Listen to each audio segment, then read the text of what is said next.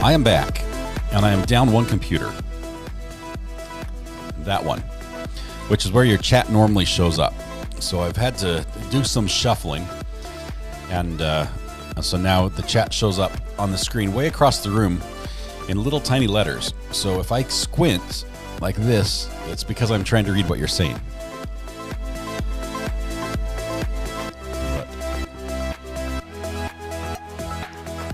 What I'm going to do here is I'll probably use this picture more than the other, and I'm always going to be looking right there because that's the live feed and that's the chat. Is that better? Hopefully it works out for you guys. I'm just looking here. Speaking of chat, it looks like Abby UK was first in chat here after the lunch break, and came back with a boo. Scaring us all, and we're all a little worried now because she is in charge of the internet and everything that happens thereon from now until the foreseeable future, till we go live again on the next live stream. So, Abby, congratulations on winning that. I know you've done it before. You'll do a great job. Thank you very much. I will try to read most of the chats, but I think I'll only be able to focus on the ones that have my name in it, like this one here. From Mary Kay, if it'll work, saying, I wonder if anyone has ever told Mr. Recovery Addict that he is a pretty big deal around here. Mary Kay, that is awesome. I love the dill joke. That's good. Let's see. Abby says, spam this. Yes, please spam the burner phone. It costs you nothing, or it should cost you nothing, unless it's got long distance fees. I know UK, their phone system works differently than we do in the United States. When I was over in the UK, I had to pay for even local calls. And on my phone bill, it would list every single call I ever made and how long it was and the cost per call. Not so in the US.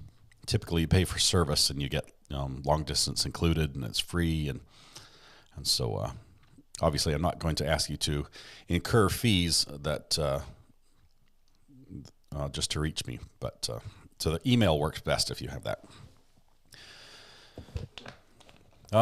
Nothing yet from court. I've actually had to shuffle around my screen, so I now only have 2 monitors of feeds instead of 3, trying to make everything work up there.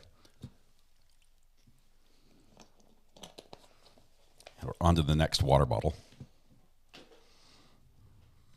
But no gulping sounds yet. Let's see, as we get ready to come back from trial or from the break. Let's see. Charlie Peterson said, I watched the ads, Recovery Addict. Enjoy that fraction of a cent. What ads did you get? I think it makes me have skippable video ads at the front of that. So thank you for watching that. I appreciate that. I do always wonder what sort of ads are being shown on my channel. It makes me curious. Spammed it for you. I'm getting texts. People are spamming me right now. The phone is blowing up. I'm not sure if you guys all decided to do that intentionally or not, but it's coming through like crazy. I'm going to scroll down here just a little bit. I see my name a lot of times.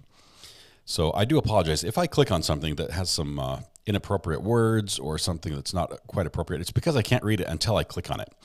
So did he break the PC, Recovery Addict? Great question. No, I didn't. Actually, my oldest son has a college final that he's taking online that's a proctored test, and it requires a different setup than his typical hardware that he uses for his class.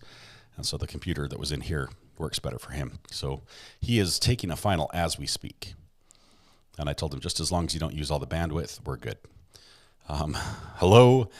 Welcome, Debbie. Good to have you. Tiffany Marie says, how was lunch? It was good, but not great. It did not include pickles today. For some reason, we've run out of the spicy maple bourbon pickles. Apparently, they only last one day once I open them. And I can't tell you why. I do know that I ate every single slice of pickle in the jar, but I don't know why they only last one day. They should seem that it would last longer than that, but I can't seem to make them stretch into 2 days. What happened to the PC? It's being used by my son. 80s Music Man says, dropping by to say hi. Welcome. Hope your day is going fabulous. Thanks for being here, even if it's just briefly. I definitely spammed it for you. Thank you for spamming me. I do like spam on the burner phone. Charlie says, one for a video game and one for tools. YouTube knows what I buy. So you've got one each. Pickles, not politics. Did we include that on the list of upcoming merch? It should be on there. Up there with the OODA loop defense. Okay, it's on my list now. How big was the pickle jar? It was Debbie. It was the average size. Oh, there are two of me. I'm sure somebody's already told me that, but it's further down in chat. There we go. It was average size. It's the kind, you can't quite fit. I can't quite fit my fist into the top, but it sits, yay. So it was big. It was a big pickle jar. It wasn't like the gallon jar. It was good. Toxic and good vibes you and your son's way. Hope he does well. Me too. This is a final, and I think even if he just sort of coasts through on the final, I think he'll be in good shape. Skippable ads is a word. Yes, skippable ads is a word. I choose skippable ads. It does give me the option to give you non-skippable ads, which is a form of torture in most states. Pickles are not fattening, so you're all good. They better be healthy because they're like a big portion of my diet. So I'm gonna like the spam that you sent. Let's see that guy. Let's see what you guys sent. Just checking the burner phone now. It looks like I got 5 or 6 messages. Tiffany, thank you for the notice. She sent me the link as well from Law and Crime had done a similar poll to ours after they saw us do it. They thought, well, that's a smart idea. Maybe we should do it on our channel. And they ran a crime poll saying, is he guilty or not guilty if you were on there. And guilty came back 60%. So very similar to the numbers we're getting, but we were there first. So I've got pages of spam, literal spam. This is like spam, and spam. You can't see it because I've locked my focus. But thank you for the spam texts. That is just great, that guy. I appreciate that. And MB sent me her Christmas decorations as well. It looks like she is ready for us to come over for Christmas dinner, apparently. She's got a whole bunch of chairs there at the table, and it's looking great. So we'll just wait for that invite, and we'll be ready, MB. P-R-I-E-S-T. Hey, we just got somebody spelling in my ear. We're waiting on Mr. Smith. We're waiting on Mr. Smith. Okay. So we're going to take P-R-I-E-S-T. P-R-I-E-S-T. Okay, as far as our video goes, we're going to borrow from our good friends over here.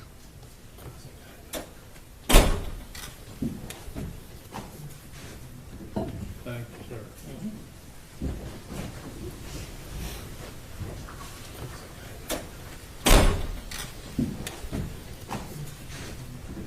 Thank you, Judge sir. got a refill.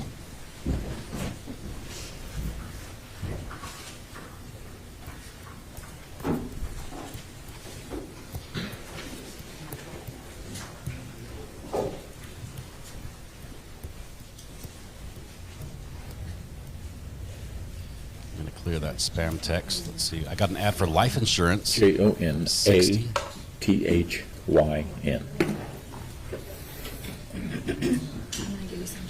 So this is a rebuttal witness, apparently. Probably a use of force. So let me Oh, get look. some water up here so without awkwardly. I can dance. Do some magic tricks. Love these hot mic moments. Go Go tell him. Yeah. Oh, here he is. No one's 10%.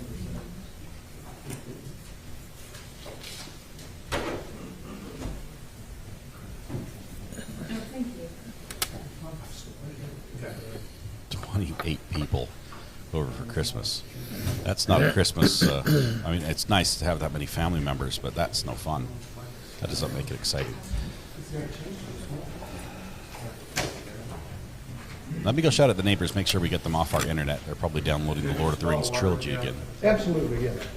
All right, outside the presence of the jury, we're doing this pursuant to Rule 705. Is the state ready to proceed? State's ready. And defense is ready. Yes, Your Honor. Mr. Smith, go ahead. Would you introduce yourself to the So jury is not here now. Sure. It's Jonathan Priest, Jonathyn Priest. Mr. Priest, how are you currently employed? I'm a forensic analyst and instructor with Bevel Gardner and Associates, which is a group of like individuals. We teach a number of forensic courses. A group of nationally like and individuals. We all look the same. So what does that mean to teach? Who do you teach classes to? Well, we teach classes to those people in criminal justice system, law enforcement, attorneys, college students, and again, both on a national level and international level. Do you provide any consultation work there as well? We do, and again, both nationally and internationally. Primarily, my focus is primarily the United States, dealing with Who is this a number guy? of different disciplines. This is a rebuttal witness from the state. In what areas do you personally provide consultation? Probably police training. Death investigations, officer-involved shooting investigations, use of force Use of force, yep. investigations, procedures, policies, bloodstain pattern analysis, shooting incident reconstruction, interview and interrogation, and just a little side of underwater evidence Basket weaving. collection and documentation. Underwater basket weaving. So I think that's where he was going with that. What did you do before you got a job with this firm? So that's a broad I was scope with the as Denver well. Police Department. I was there 32 years. 27 of those 32 years, I was in the homicide unit. And what other responsibilities do you have at the Denver Police Department? Well, I began as a police officer, patrol duties and things of that nature. Moved from there into the Vice and Narcotics Bureau, where I spent time doing that type of investigation. Moved from there to the Complex Vehicle Crimes Unit, where we did complex vehicle theft, crimes. cut shop investigations. And then into the Crimes Against Persons Bureau, which is where I began working on Can the I just homicide unit. say something funny? This reminds me. In the Murdaugh trial last week, the state was trying to make a statement in one of these motions, and they said, "I've done a lot of white collar crime." Was his statement as he started, and meaning he's prosecuted a lot, but he said, "I've done a lot of white collar crime," and the other attorneys just chuckled. So when he said, "I've done a lot of vehicle theft stuff," that's what I was thinking. When I was promoted to lieutenant and became the commander of the major crime section, which included the homicide unit, the sex crimes unit, robbery unit, child abuse unit, bomb squad, and our night shift, and I did that until I retired in 2011. Jenna, the defense did rest, and the state I've gets a got rebuttal some witness, college probably background. because the defense brought in a I've probably got enough hours witness for at the last 3 minute or something. I don't know the rules on that, but this is a state rebuttal witness, and it's always important if you have a rebuttal witness that they have more experience than the expert that you're testifying in contradiction to.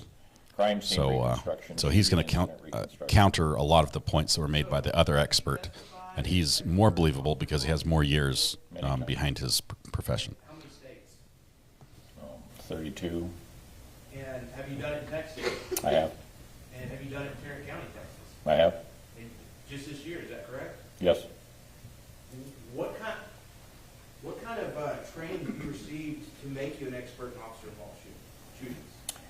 Well, again, as a police officer, my time in the homicide unit, one of our responsibilities was investigating critical use of force incidents, which included officer-involved shooting incidents.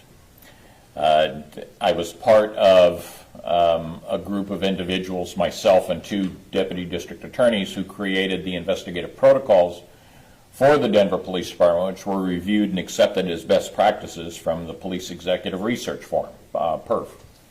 in how to do officer-involved shooting investigations. Those policies were reviewed back in the 80s by a group known as the Erickson Commission, were reviewed in the 90s by a group as the Park Commission. And although difficulties and issues were discovered, those were worked on, and again, our policies and procedures were found as best practices nationally. Found by whom as per best practices? Erickson Commission, Park, and PERF, all three of those agencies. And have you testified about those procedures that you came up with? Many times. And what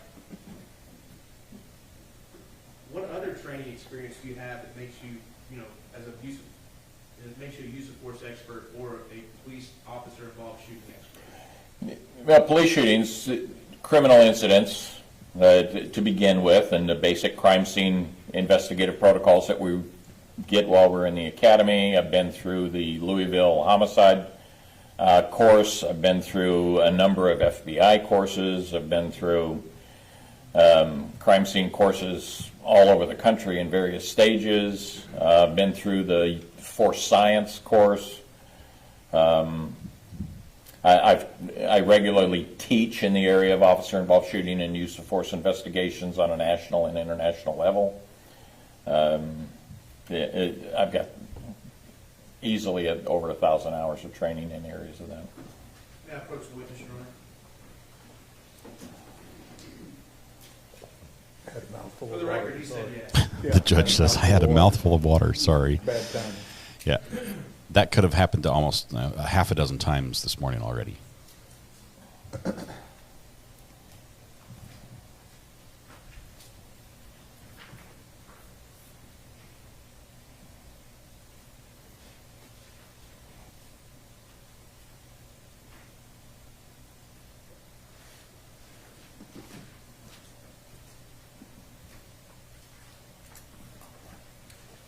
I'm showing you what's been marked State's Exhibit 121. Do you recognize that?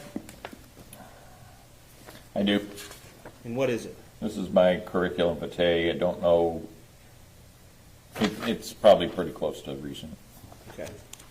This time, Your Honor, There's a good one. offer State Exhibit 121 for purposes of the record in this hearing only.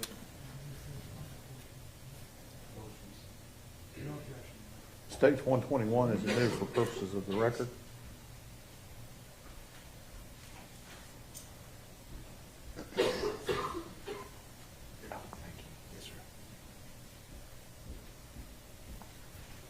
So whenever you go teach, discuss, or testify about police officer involved shootings and use of force, what type of fundamentals and principles are you discussing?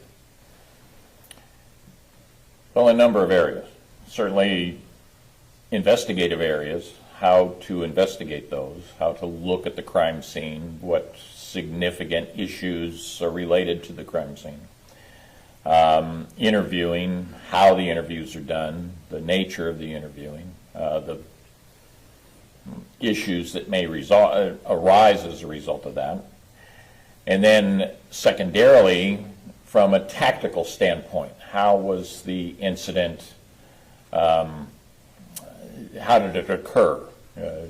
Were best practices followed? How did they adhere to policy and procedure?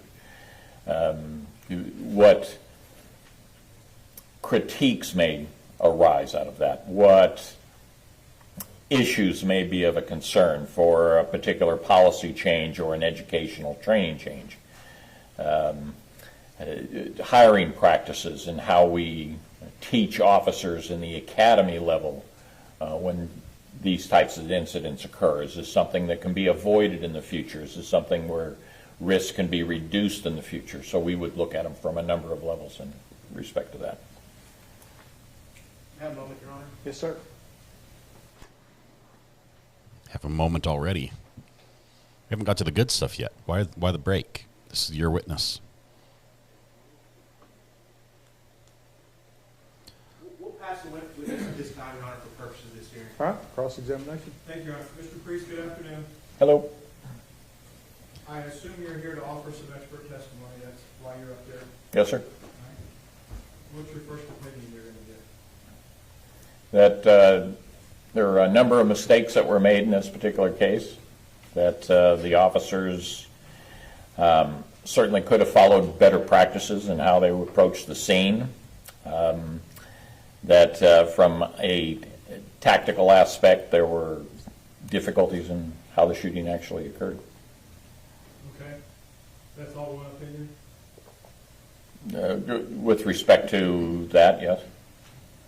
What documents did you use to form that opinion or material? I had the case file with respect to, I don't believe I had the entire case file, but I had a number of photographs, a couple hundred photographs of video, policy documents, statements, investigative reports, autopsy photographs, an autopsy report. What learned treatise or other journals, scientific or otherwise, did you use to reference to form that opinion? Nothing off the top of my head, mostly based on my experience, background, and training. Did you use no special knowledge other than your experience, background, and training? I don't recall using any particular book to compare my analysis to. Again, 32 years of experience in dealing with this sort of thing. Would you agree that your CV that was admitted doesn't have any of your 32 years of testimony on it? Yes, that's just my CV. It's not my testimony record. Is that something that's commonly asked of individuals such as yourself at a trial or getting ready for trial so the other side can see what you've done? When requested, I provide that. I wasn't requested in this particular case. I typically, for criminal cases, I'm not requested to provide that. Civil cases, yes, but I rarely am requested in criminal cases to provide that information. Do you have it with you today? I do not. Where is it? Back at the trailer park? It's in my computer. Did which you is hear him not say, here. where is it? Back at the trailer park? Computer back at the trailer? It is. Is this something you have an email from previous cases where you've been a civil expert that you could find your most recent copy? Like you don't have your most recent copy of your CV here, correct? Again, it looks like my most recent. I don't know when I last updated the CV from the date that that one was updated. So have you emailed that to other lawyers that practice the law of civil practice that you could get to that in your email from your phone and forward a copy to the government so I could look at it? I can certainly forward a copy of it to you. I can't do it at this particular moment in time. Is it something that would be on your phone if you took a break that you could email to us? Doubtful. I don't know who I would contact. So you never attach that to an email to send to attorneys that retain your services? No. So how do the civil attorneys that retain your services ever get a copy of it? I typically send it Dropbox or some fashion like that. So is it stored in your Dropbox? I don't have it on there. I don't have it with me. I don't have an This seems awfully ability where I'm convenient. sitting to get it at this moment. Mr. Priest, I appreciate that. Since I built the computer technology in this building, let me ask the next question. If you have Dropbox, if it's stored in your Dropbox, you can log into that on anybody's computer. That's the nature of Dropbox. You'd agree with that? I would. So is this record of your testimony stored in Dropbox? I doubt it So do you purge and delete stuff in Dropbox? all the time. Man. Do you have another opinion you'd like to form? And elicit from the jury? It depends on what I'm asked. I mean, if I'm asked, it just depends on what I'm asked. Judge, maybe I ought to pass this back and let the state go through, because I'd like to know what his opinion is, what did he base it on, what were the treatise, other documents, a true 7-0. Mr. Smith. Okay, Mr. Priest, what's This your is crazy. opinion on how the defendant, This is a rebuttal. Officer Darch, approached Expert the home witness. on East Allen Avenue after being dispatched on the open structure call? I was tactically inefficient and in violation of a number of the policies and procedures of the Fort Worth Police Department. Would you elaborate on that, please? Upon coming up to the open door, basically at this point they have a point of entry to a home where they suspect that, from their analysis, that they have a burglary in progress. Once they made that assessment, policy and procedure tells Hey, them Melody, they should he doesn't have back up his and record secure of the where location. he's testified So they before. should have called for cover, had additional people brought in. So a to the list scene. of court cases That's he's not what appeared occurred. in. what he Once they testified began to in those doing the search of cases. the house, there are a number of things that they could have done or should have done. Clearing the home from a tactical standpoint, they were way too close to the windows and doors as they're doing the search. Whitewash was illuminating them, giving away their position. They left vehicles behind them with a very cursory analysis of I'm going to switch feeds, and the timing's going to be just a little bit off here. They went to a garage that they left pretty much give me just one completely minute here. unsearched. They moved to a backyard where now we're dealing with a warrantless entry issue. They're going through a closed gate to get into a secure backyard. Oops, that's the wrong one. Also There we violating go. their policy, their procedures, and it made zero tactical sense. Zero tactical What about sense? after Atatiana Jefferson was shot, do you have any opinion on how the officers entered that home and cleared that home and trying to get back to the bedroom where she was laying on the floor? I do. And what are those issues that you have? After she was shot, the officers both left that position and ran into the home with what appeared to be a goal of getting to her location. No one was left to cover her. I mean, an officer has just fired, put an individual down on the ground. We don't know a number of things. We don't know that she was actually shot. She hadn't been analyzed. We don't know that she can't get up, and we have an officer that states she had a gun. We don't know that she can't pick this gun up and now re-engage these officers. We don't know who else might be in that room, so the officer should have stayed there maintaining cover on her while the partner or other officers were brought into the scene to make entry into the home. Yes, That this is a wasn't state's done. witness, a rebuttal witness to the expert witness provided by the defense. Well, clearing, there was little, if any, clearance that was done. I've heard the statements about quick clearance. They looked in the rooms, was basically it. If you're doing a tactical entry, you're clear. You don't leave any unsecure room or unsearched room behind you, because that becomes a danger for any officers that move forward from that point. Each room, as they are going into the home, should be searched and cleared before they move to the next successive room. And what did you base these opinions on?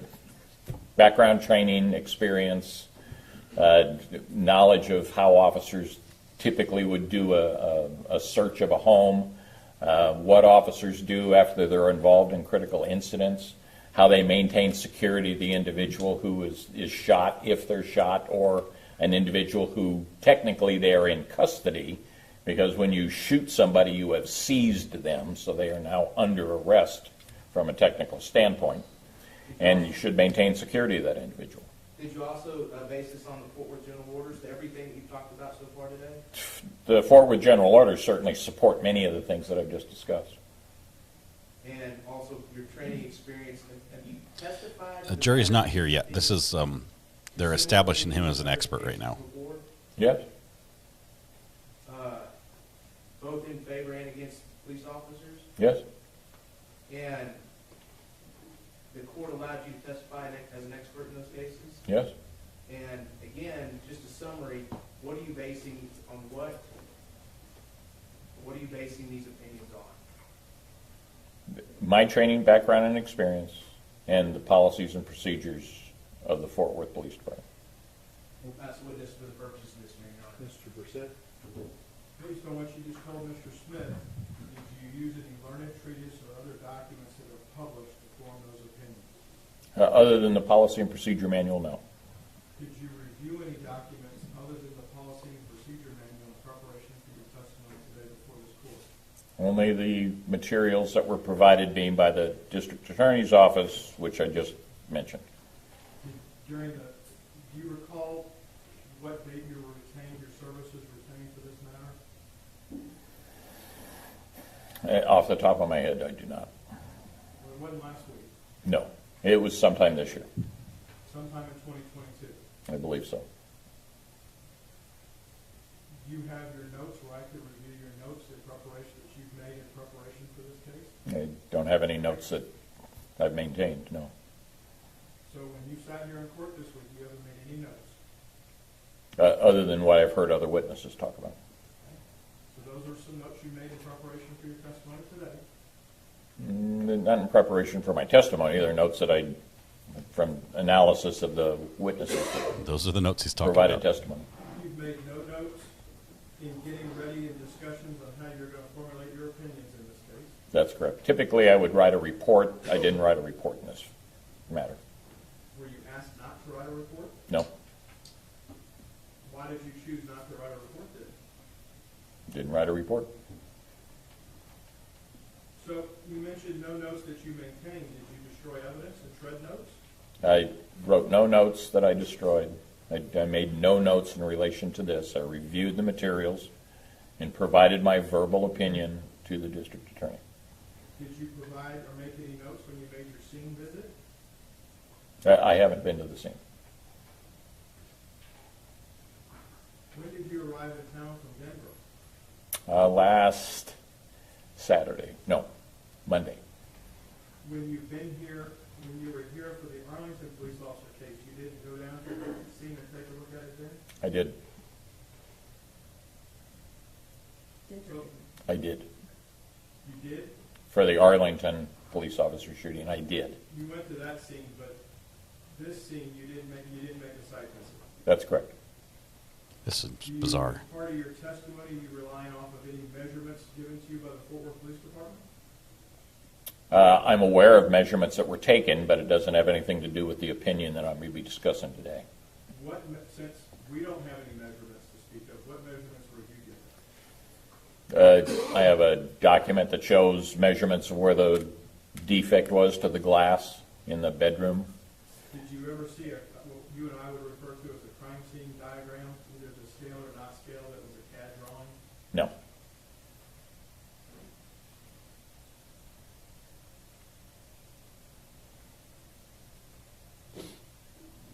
This guy's just going straight from memory. No notes, no prepared anything, no report. Nothing the defense can use against him. 32 years of experience, is it 30, it's 32 states. 32 years of experience. How many states? 32.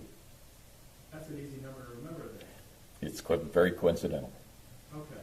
But what I can't do from my end, representing my client, is see any of the places you testified because you don't bring the documents with you, correct? I wasn't asked to. And I typically don't provide those, and I'm typically not asked to in criminal cases. So it would be unusual for me to provide those in a criminal case. Not to say I wouldn't if I were asked to, but I wasn't. Attorney doesn't have a Is mic. it something, if you were given a break for a short recess, that you could get? Because there's two former old prosecutors over here, we'd like to see it. Well, no. I mean, I can probably go get it. It's take me a little while to do that. No notes, no whip-out pad, nothing? No. So when your final bill sent to the DA's office, they won't be for typing any notes or anything like that? Right. Just curious, what's your rate per hour? Bevel Gardner charges $2.95 an hour. I get $200 of that. Does Bevel Gardner have a set of standard operating procedures that your firm follows? We do. All right, as part of the best practices guide at Bevel, how? I pronounce that right? Bevel Gardner and Associates, BGA. Okay. Your firm.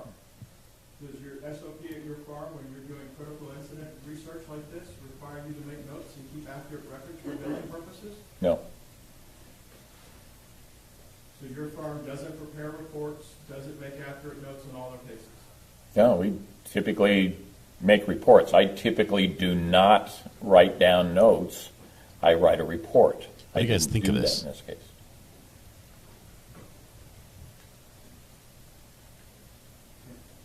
And you just decided not to write it on your own, nobody asked you not to write it? Nobody asked me not to write it. I didn't write a report. Anybody asked you to write a report? No. We'll pass the witness, Judge. Mr. Smith, Nothing further for the purposes of this hearing, Your Honor. any objections? I'd like to see where he's testified. I don't want to stop the trial, though. I think there's some stuff in Dropbox, if you got creative on Mr. Smith's computer or mine, you could probably get to it. I mean, stuff's in Dropbox, it's there. He's got a whole firm back in Denver that he works for, a big firm. they should have copies of his testimony. All right, let's do this. Let's take about 10 minutes. You two lawyers get with him, see if we can figure this out. You two lawyers get with him. May I put something on the record? Yes, sir. Mr. Priest's CV was attached to TSP on December 14th of 2021. And he's been on witness list for the state of Texas, I believe, at least over a year. And there's been no request formally or informally from the defense for any lists of prior testimony from the defendant, or from the expert witness in this case. Not assigning fault to anybody. Let's see if we can get over this hurdle. All right, we'll be in recess for 15 minutes. Okay, the judge does see it as a hurdle.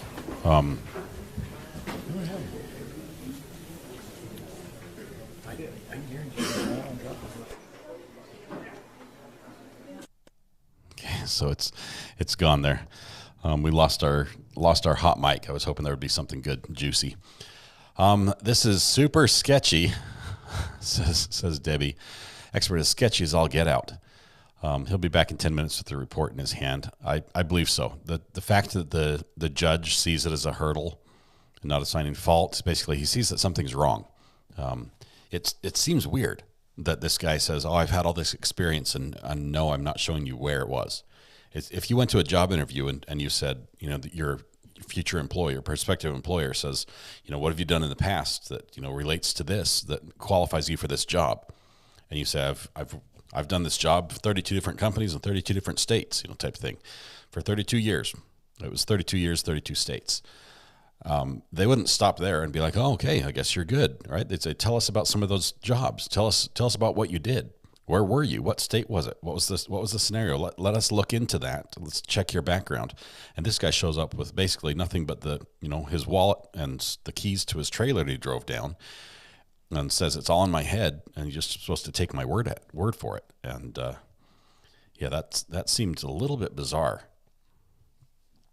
I wonder if there's, even if he does show up, here in 10 minutes with the report that he wants, the list of where he's testified, the cases he's testified in, the different jobs he's held, whatever it is there something in there that the defense has time to get at and find? Okay, because they're on the clock, right? Once this guy's testifying, they only have the time while he's on the stand, and under cross to address that with him. So they have to be able to find, go through this report, find the relevant items, research those even further, and then question him on it if there's something to catch him on. So it seems like, there was probably a mistake made on their part by not asking for that information beforehand, especially seeing that he was listed as an expert witness. The potential of him testifying would probably be higher than just a list of, an observer down the street who saw the police officers walk across the street. But Matthew Harris, did you catch that? Did you catch what we just had? What do you take? What's your take on this? Expert witness shows up to court with basically a CV that's not even updated, and apparently the prosecution just brought his latest CV in, but no history of where he's worked or testified, cases he's testified on. He just says he's testified for 32 years and nothing's provided. No report issued. He says he hasn't kept any notes in his preparation for this trial, and that it's just all in his head.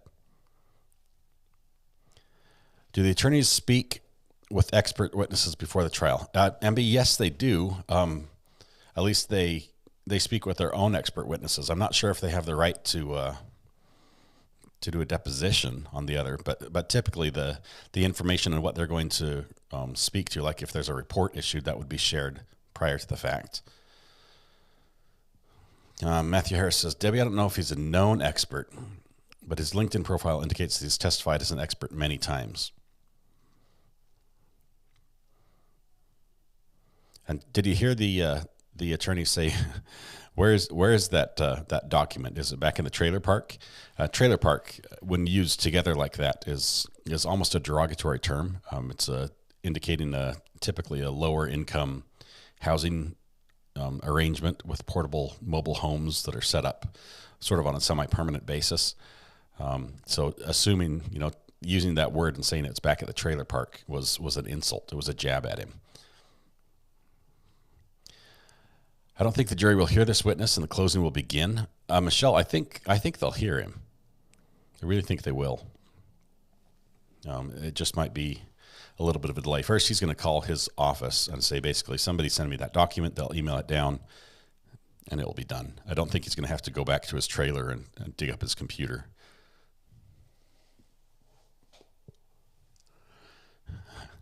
Maybe he had 32 losses. He might be 0-32.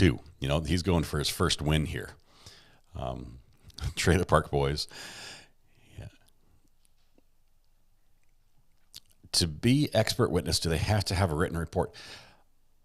I'll let Matthew answer this as well, but it's normal. I mean, how many expert witnesses have you seen that not only maybe provide a report, but maybe prepare an exhibit, you know, a diagram, an illustration that can be set up and shown in court to help people understand what they're coming to? Basically, he's saying, all I did was just watch and listen. I read the manual, the documents that the police department has, and I listened to what happened here in the case file, and I'm just going to testify off the cuff. From my memory, and maybe he has a photographic memory. Maybe he's incredible at this, and that's okay for him. But usually, you'd expect there would be a little more work product as a result of this expert. You know, he's only charged his firm charges $295 an hour. That's probably the rate for testimony in addition to research. So, how many hours you put into this? You know, you're probably in the 20 to 40 range. The issue is he has more expertise than the defense expert, but didn't bring notes. The defense is trying to catch him on something. It seems like didn't bring notes intentionally so he couldn't get caught on something, and that seems like a sneaky move. Matthew says, not all experts are required to produce a written report, but if a written report is created, then it must be usually produced. But Matthew, have you ever seen an expert that never had any notes or anything? I mean, nothing written. It's like this guy is a leave no trace sort of guy, so there's nothing to evaluate. And that to me seems a little fishy.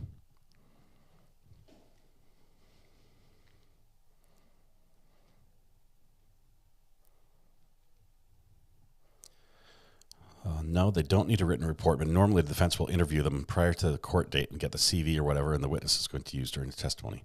Yeah, there'd usually be something for them to look at. I mean, you saw that with the defense expert witness, right? When the police officer, the guy who had expertise all over in use of force, police protocol, everything else, he was testifying, the dude with the mustache here just earlier today, on cross-examination, the state stood up there and said, hey, isn't it true that you testified at this trial back here at this time? And they pulled out the transcript of that trial basically and said, didn't you say that, it took 1.3 seconds or something for him to decide not to shoot? That's the sort of research that the defense is not able to do because this witness has not provided a list of where he's testified before. So they can't go into that sort of detail and say, hey, hasn't your opinion changed, depending on who's paying you type thing. Maybe there's a higher face, a better expert, right? The word is shady. That's how it comes across to me. The state has called him as a rebuttal expert witness, so they're going to have to show that they did not reasonably anticipate the necessity of this expert's testimony. But we know that they had him on their potential list for quite a while. And true, they don't know exactly what testimony is going to be brought out by the defense from their expert. So it is sort of like a last minute change thing. All right. Yay, I'm getting my computer back. It's not my computer, but I'm getting it back. Don't unplug anything or else.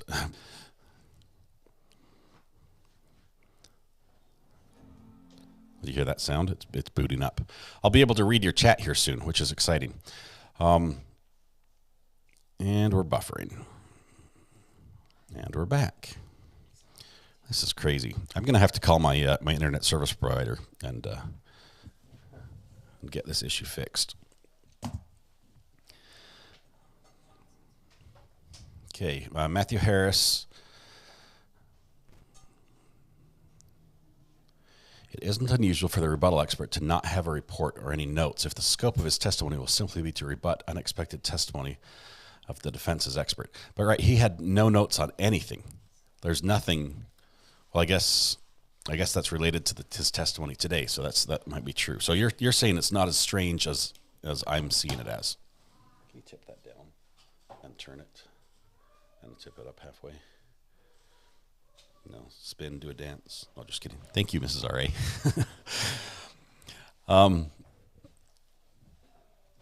I need the white cable plugged in on the back on it. Sorry. All right, so we're this is an incognito witness. It's on the ground. Whenever it's already plugged in, but hold on 1 second. Sorry, we're getting set up here at the desk.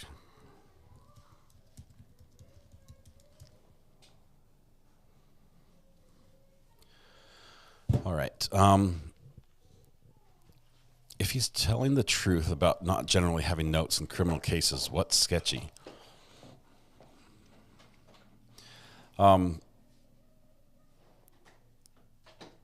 Basically, every expert that's testified that I've seen, and I'm not saying rebuttal, but normal expert witnesses, they have done a lot of research. They've done a lot of comparison. They've analyzed a lot of things. They keep notes. They have prepared a document, or they have a report of something to base their facts on. So if there's a question, if they go back and say, how long, if someone says, you're saying that was improper, in his case, improper police work, what would have been the proper time and what was the difference? And he does he just have all the figures and facts in his head? He said he's seen some measurements and he's based those off of, some information off that. But it seems he would be better served to have reference material available for himself, because he can't anticipate what the defense is going to ask him about on cross. But I don't know. How much weight does the jury have to place on the state's expert? The jury gets to decide how much weight they place on it, as far as they do with all evidence submitted at trial. I hope he aced his test. I just hope he passed. I'm not aiming too high. I do have a wonderful Mrs. R.A. She is amazing. Just incredible. Okay, so as we slowly assemble the computer and get everything pulled up here, I'm going to have to switch things around a tiny bit so that I can see chat. Because I'm getting old, and having a screen way across the from me with little tiny words on it just is not fun to read.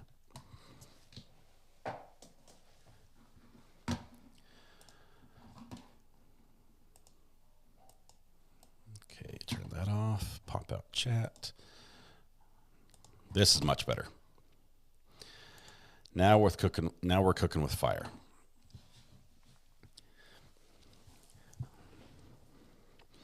Basically, the state said, you're on the bench and we probably won't need you. The defense expert put up the quick, clear, and to issue. Then he doesn't need notes to disagree with the defense's expert. I hear you, Matthew, and I guess I'll concede that point, but I do wonder. I mean, it makes me curious if he's going to wish he had notes later on. If something's going to go wrong here, or if something under cross, if they can make him look really bad because he doesn't have notes. I guess that's what I'm saying. Camera 2, 4, this is 5. Fixing my display.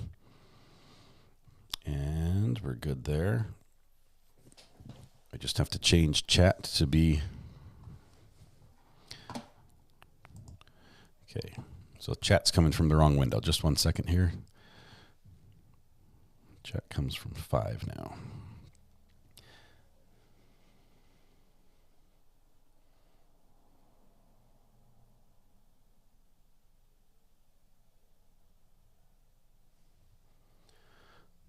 Okay, so now is this working? Did we fix it?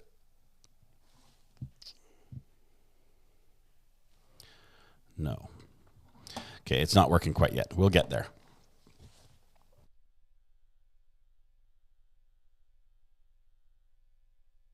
I have to call tech support. Because I'm not wearing pants today. I'm wearing shorts, and I don't want to get up and walk around. Can you unplug the white cable, the USB-C on the back of the iMac, and then plug it back in again? It was plugged in before it was powered on, so it didn't catch it. Okay. Yep, we're good. That's it. Thank you. You're bossy. She says, you're bossy. Thank you. I love you. Okay, now we're back. Okay, so we have chat and we're good to go. And we actually have courtroom audio as well. It's just getting started here.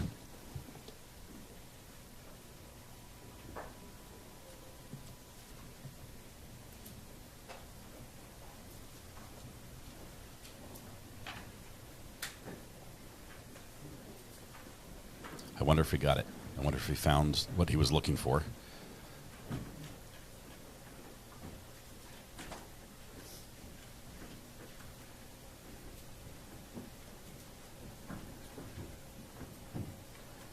Everyone may be seated. Ladies and gentlemen, this witness has been previously sworn to testify truthfully. Mr. Smith. Would you introduce yourself to the jury, please? Sure, it's Jonathan Priest, JONATHYN PRIEST. And how are you currently employed? I'm a forensic analyst and instructor with Bevel Gardner and Associates, which is a forensic educational and consulting group. And where is that located? Bevel Gardner and Associates, the primary offices are located in Oklahoma. We have instructors and individuals that work with Bevel Gardner and Associates around the country. And where do you currently live? What state? Denver, maintenance. Colorado. And you work for Bevel Gardner there in Denver, I work for Bevel Gardner out of Colorado, yes. Colorado? What do you do for Bevel Gardner? Primarily, I teach courses in basically forensic disciplines, but I also consult on a national and international level. What kind of cases do you consult on? A number of different cases: homicide cases, officer-involved shooting cases, use of force cases. Turn him down a little bit. He's a little loud. In a number of different disciplines. Every day's pants optional with day. respect to those things. And where did you work before Bevel Gardner? I was a police officer with the city and county of Denver in Colorado. How long were you there? 32 years. Could you give the jury a brief synopsis of your duties and jobs there at the Denver Police Department? Certainly.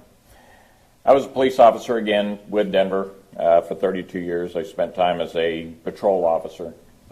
From there, I went into the Vice and Narcotics Bureau, where I did that type of investigation for a period of time. Moved from there to the Complex Vehicle Crimes Unit of the Denver Police Department, doing basically that, complex. He has vehicle crime no experience writing investigation. reports, apparently. From there, I went to the Crimes Against Persons Bureau, where I began working in the homicide unit. I did that as an AJ. investigator, as a detective for a number of years. When it becomes was apparent. promoted to sergeant.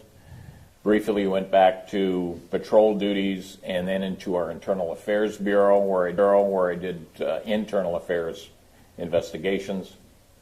Moved back to the homicide unit as a supervisor. Stayed there until 2000, was promoted to lieutenant and became the commander of the major crime section, which included the homicide unit, the sex crimes unit, robbery unit, child abuse unit, our bomb squad, and our night shift. And I did that until I retired in 2011. That's a lot of units to be in charge of. What makes you qualified to offer opinions on officer-involved shootings? During my time as a homicide investigator, one of our responsibilities was the investigation of officer-involved critical incidents, which included officer-involved shootings and in-custody death investigations. As a supervisor, I was responsible for the investigators' investigations of those incidents, and also responsible for many of the interviews of involved officers and the processing of the crime scenes related to that.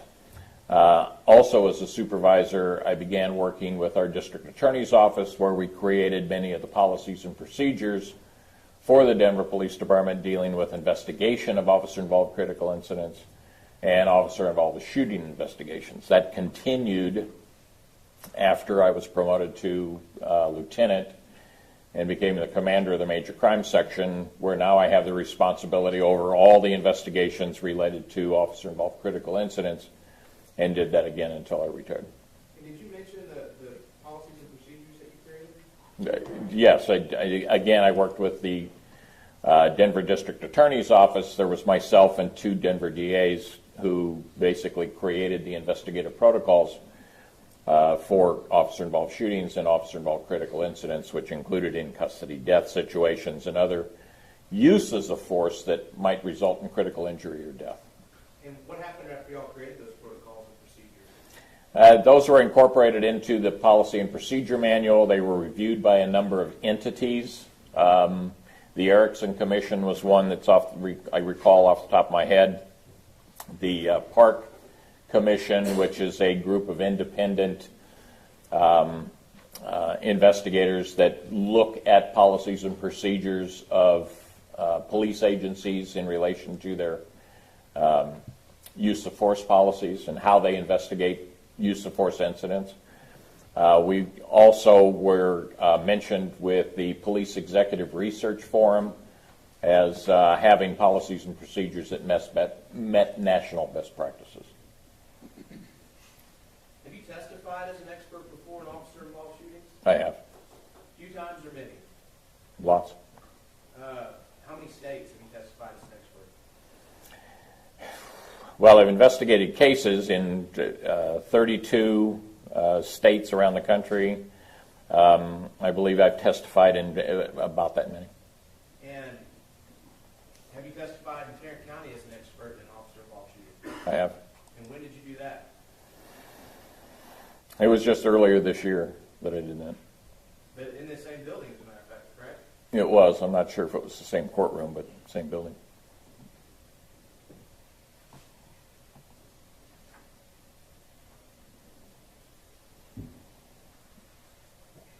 Are you a contributing author to any publications? A number. Could you tell the jury about a few of those publications? I'm a contributing author. I can't remember the titles off the top of my head. I have the worst memory for that sort of thing. That's the wrong thing to say right now. A book on interview and interrogation dealing with video interviewing and identification of suspects, witness identification. I'd be surprised if defense doesn't contributing jump on author that comment in about worst memory. A photo book or a photography book. It's a cheap shot, but I dealing think with they'll jump shooting on it. incident reconstruction. What all did you review before testifying in this case?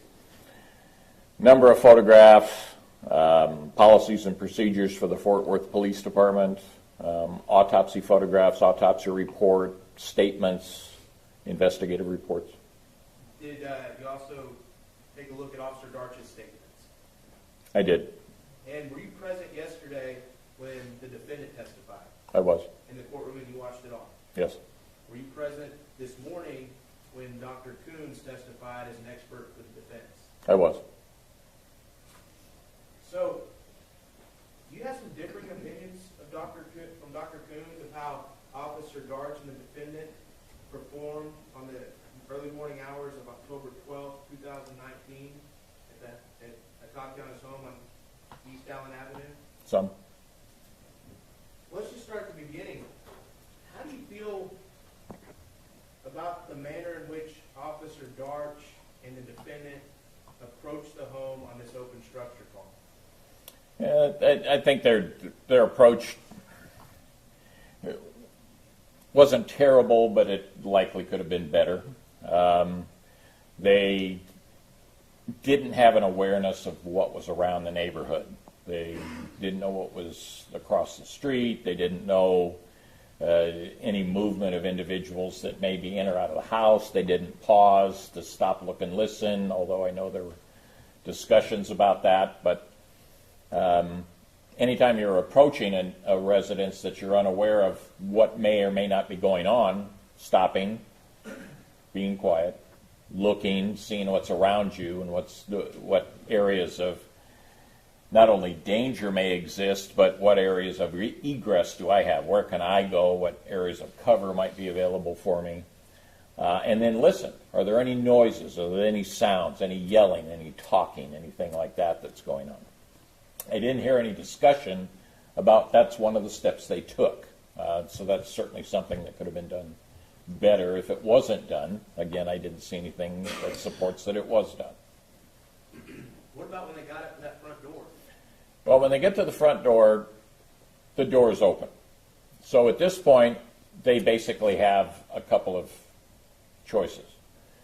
One is that they simply back away, maintain cover on the front of that house, call for additional cover to come in and assist them in securing the location so they can do a search. The second one is to basically knock and announce. So those are the two basic choices that they have. Neither one of them were chosen. They had an option of knocking and announcing. Is that true? Yes?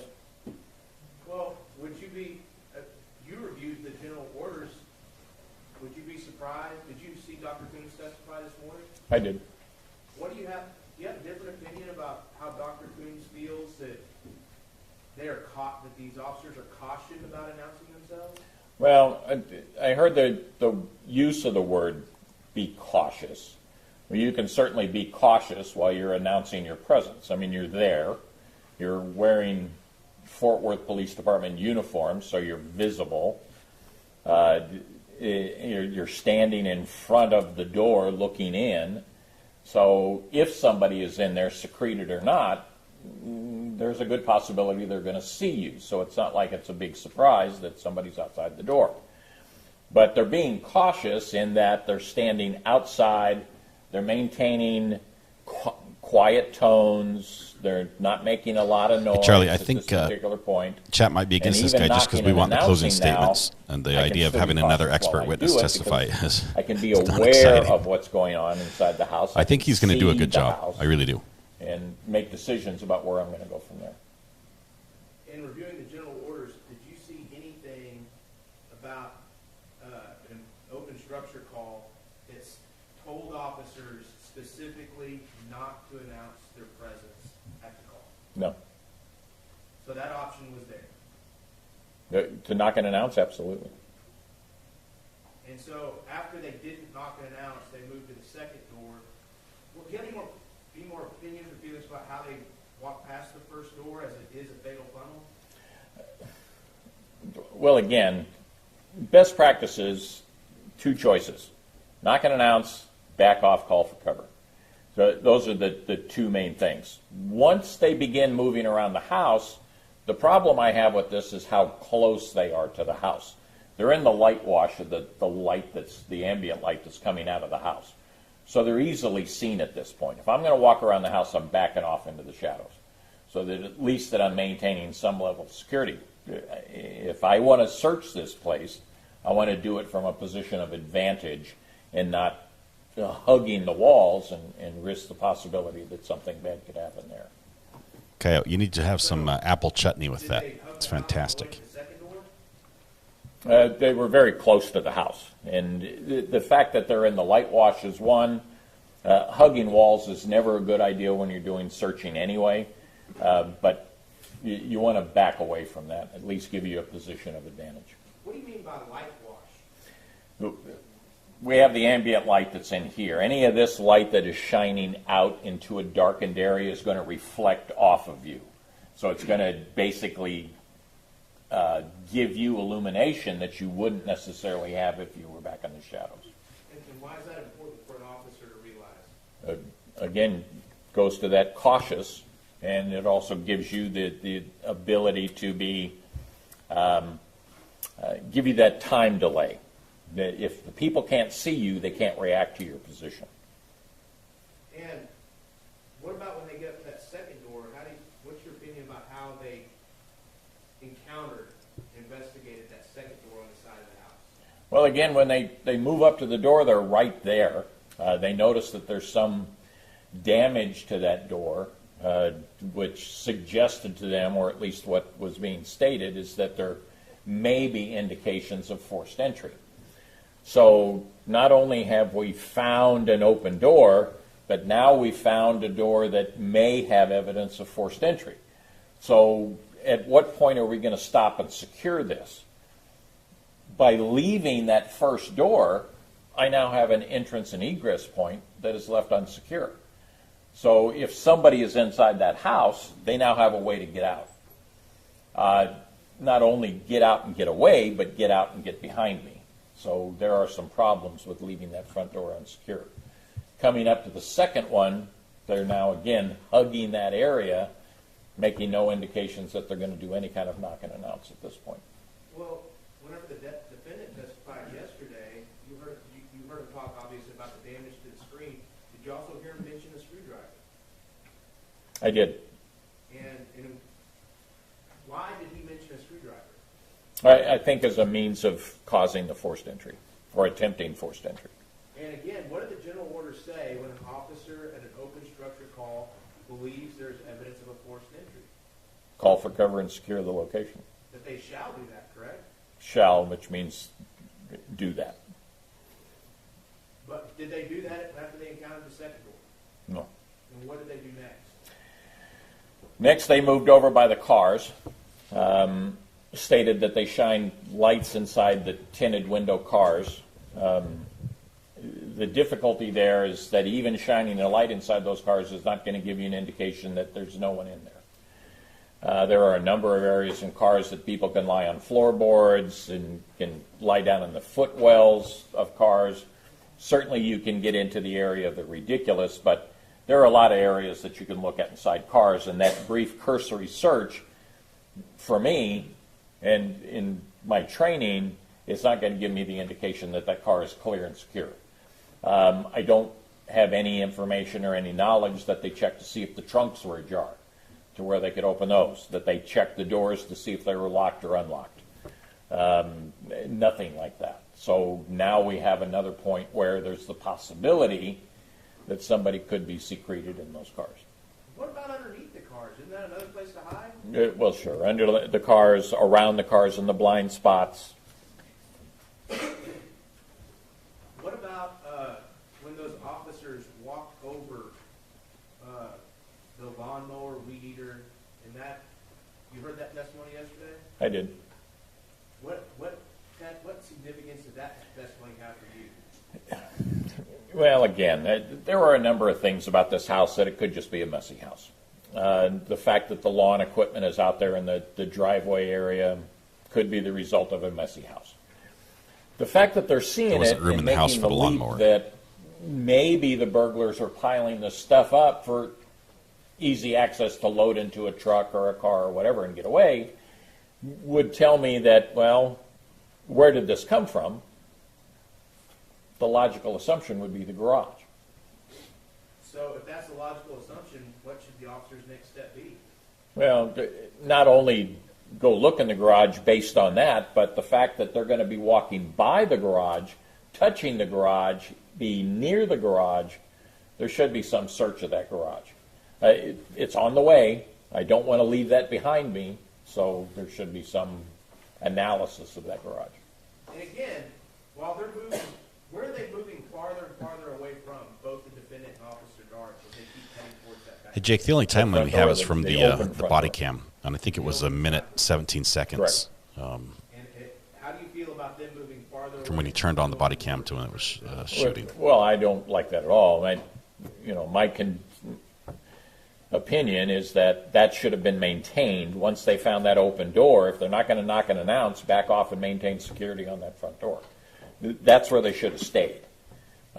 So the further away they get from that, the more difficult it becomes for maintaining security of the individuals who may be inside that house. What about that window that's there on the side of the house that Dr. Coons missed earlier today? What's your opinion about how they... See how they threw that in there, that Dr. Coons missed. Well, depending on what That's a it is good that they're jab. actually looking for. I mean, they say they're looking for signs of forced entry. Typically, signs of forced entry can be seen from a distance. I don't need to go up and do an actual tool mark investigation. I don't need to look for that. I see an open door, so could it be kicked open? Sure. Could it be jimmied open? Sure. Do I need to go up and look at it for damage or anything of that nature? Maybe I do, maybe I don't, but it's open, and it meets the criteria of the reason I'm there in the first place. Now I'm looking at that window that's just down from near that lawnmower area. I can look and I can see that from my position, whether it's broken or unbroken. So I'll know if it's an entry point or not just by looking at it. But there's no indication that that was acknowledged. If I want to look at it for more detail, then certainly I need to get closer to it. Okay, so now back to the garage. You said search the garage. How are they going to search a garage with the garage roll door down and the walk-through door closed? Well, you can open the walk-through door. I mean, you can certainly do that or push on it to see if it's locked. But again, it's just like clearing a room. If I walk past this door, I'm leaving that danger point behind me. It is now a point where somebody can come out of that door and cause me harm. So This is all very reasonable stuff he's testifying to, and believable. they left behind them? Well, you've got the front door, you've got the side door, you got the cars, potentially that window, but I don't know about that. And the garage, if we don't go into the garage. And then Officer Garson and the defendant have left that completely behind them as they approach that gate. Yes.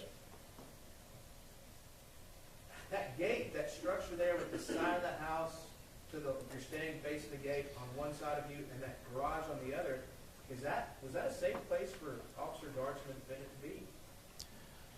There was nothing on the By record the said gate? about that By other the gate with those stuff. little walls on the Maybe side defense will bring it up, against that gate. but we don't know. Well, yeah, you're basically in a trapped location. You have nowhere to move to at that point. If somebody were to come out of the house and toward them, they really don't have much of anywhere to go. I mean, they're kind of stuck in that point. I think So it might just be it's you. a bad position to be in. it's It's looking good almost on my like a end. blind alley. Well, what's your opinion on the defendant entering that closed gate at the home of Atatiana Jefferson? Well, it's a secure location, and it's basically I'm doing a warrantless search at this point. You know, I'm about to open that gate and go into an area that is closed and secured. It would just be if my front door was closed, it would be the same thing, opening my front door and coming in. It would be the same sort of thing. We're basically doing a warrantless search, and there's no identified exigency at this point. Okay, what do you mean by identified exigency? Well, like was discussed earlier, the Fourth Amendment requires probable cause to do a search and that a warrant be obtained to do that based on that probable cause. There are exceptions to the search warrant rule, fresh pursuit, plain view, emergencies, and exigencies are some of those. An exigency would be one of those where I need to act right now, okay, because the evidence could be destroyed, somebody is in trouble, which also falls into that emergency group. If I don't act now, people could be hurt, people could be injured, people could die. I believe Nothing has been the identified general orders to at have this been point that added exigency or emergency existed. as evidence. No one's really cited them. It wasn't a good thing for those officers to go Well, to the gate. I guess prosecution has brought up a couple different quotes from I it. don't see why. Well, again, I don't know why they leave the front door, but going through the gate only exacerbates this. It's now putting them into an enclosed area. They have to open that gate if somebody's back there. It's problematic. And again, with them in that backyard, who's covering the front door? Nobody. So anybody from the front door could have left and run down the street. Yes. But they could also come back around to that back gate, couldn't they? Yes. So was that a safe action by these officers to do? Yeah. Again, my opinion is they shouldn't have left the front door. So anything after leaving that front door creates potential risk and danger. So now that they're in the backyard, you saw how the defendant approached that window. Do you have any opinions about how the defendant approached the window in the backyard? He's coming straight at the window. He had room to move off to his right and approach that window at an angle to go up if he's going to take a look in it. But again, they're looking for forced entry. It's a simple process of looking at the window and seeing if it's broken or not. What's the problem with going straight towards that window? Well, I can't see what's inside there, and that's evident by the use of the flashlight. So I don't know what's in there. the person that's inside that darkened room is at a point of advantage. I'm outside, I'm shining my flashlight, I'm at a point of disadvantage because I'm letting everybody know where I am. So if somebody is inside that room, they're going to see me, I'm not going to see them.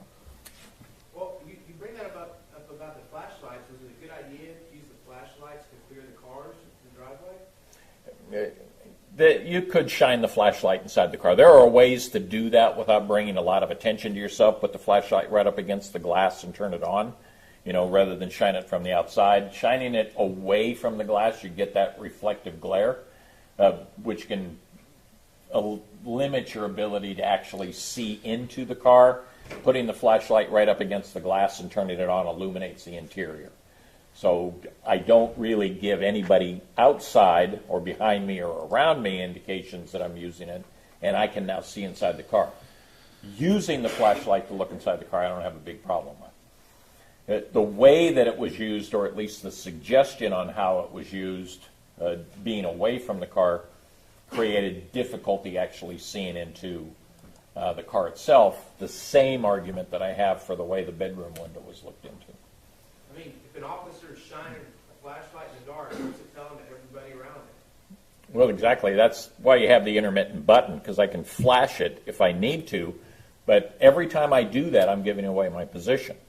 So if it's not completely necessary for some safety need, I shouldn't be illuminating that at all. And again, if safety was the primary concern, then it's your opinion they wouldn't have been in that backyard at all. Is that right? Agreed.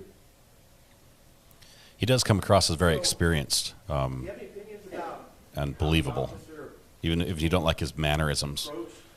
This is solid testimony for the prosecution. according to his testimony? Well, once movement was perceived in there, he's describing it as a silhouette. Why we're not moving out of the line of fire? He maintain a position right in front of that window. Move off to a position of cover or concealment. Get into a position of greater safety and less risk for them to limit the ability of that person to see you or to identify your position. Would that have been a good time to also maybe alert the silhouette you just saw if you report with police? Well, I would certainly be identifying myself as police officer at that point to let them know, because I don't know who this person is or if it's a person at this point. It's being described as a silhouette. I don't know if it's a human silhouette or not. I don't recall, but a silhouette. As I'm moving, I'm likely going to be producing my firearm and pointing it in that direction. I would agree with that tactic, but I'm also going to be announcing who I am and what my presence is. What about the moment that the defendant actually shot Atatiana Jefferson? Again, I'm not identifying the threat at this point. Looking at the video, I only have the video to look at. And video certainly is much different than what people are able to see. I don't know what the officer sees. I know what he says he sees, but I don't have the ability to support that conclusion.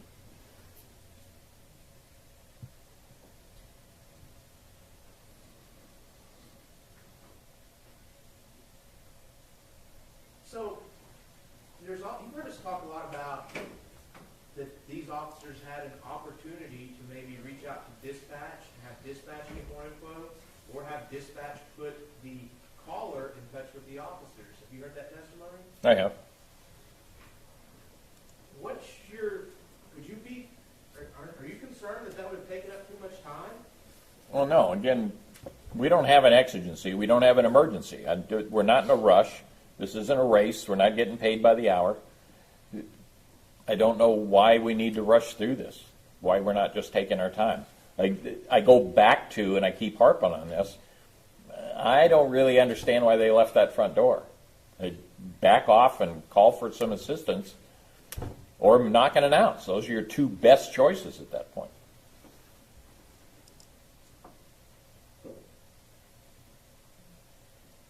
And, Mr. Priest, are you getting paid by the state of Texas? I am. The state of Texas being the Tarrant County Criminal DA's office. Yes. And are we paying you as a consultant and as a testifying expert? As a consultant, yes, I don't charge for testimony. Okay. And what do you Really? charge per hour? It's $295 for Bevel Gardner. I get 200 of that. Do you promise one particular opinion or the other? I do not. You testified for both. This rebuttal. Both in favor of police officers and against them. I have. This rebuttal in front of the jury. We'll pass a witness. Cross-examination. Thank you, Your Honor. To see how he does on the cross, because he did fantastic for the prosecution. Testimony is all about telling the truth, right? Yes, sir. The truth is what matters in the courtroom. Would you agree with that? I would. Any doubt of that in your mind? No. You've never said otherwise.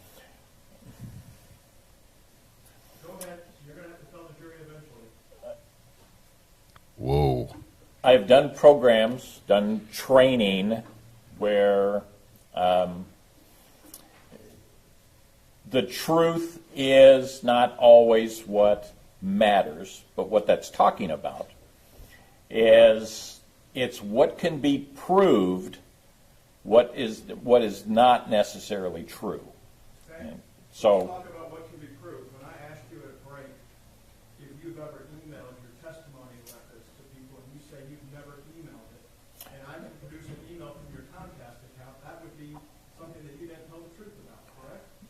no, I don't have any email. I think the question was, do I have any emails with that document on it? I do not have any emails with that document on it. Sir, you said you always mail it, you never email it. You recall that? I don't. I know that I send things through Dropbox. The question, as I recall it, was, do I have any emails with that testimonial evidence in it? And I said, I do not. Is police work dangerous? It is. Are police officers trained to make rapid observations and assessments?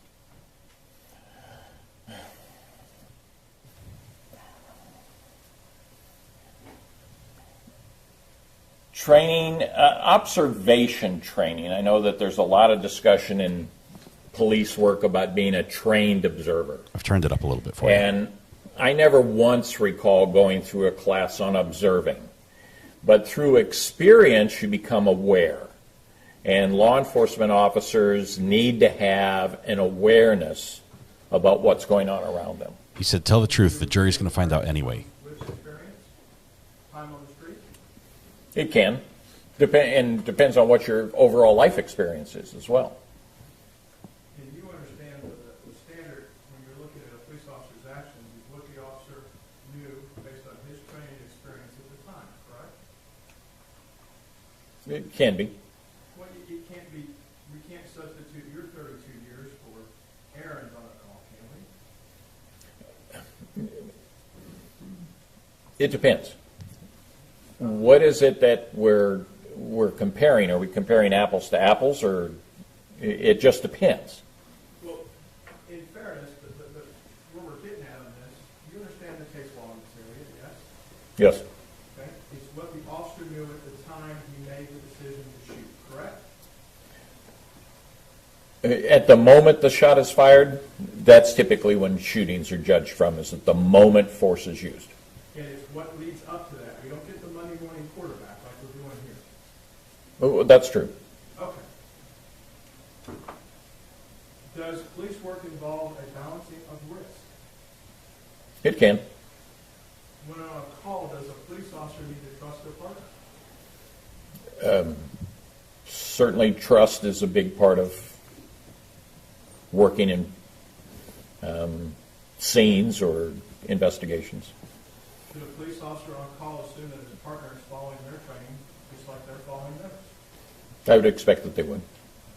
Does an officer have to rely on his training to deal with those risks, those inherent risks of being a peace officer? Yes.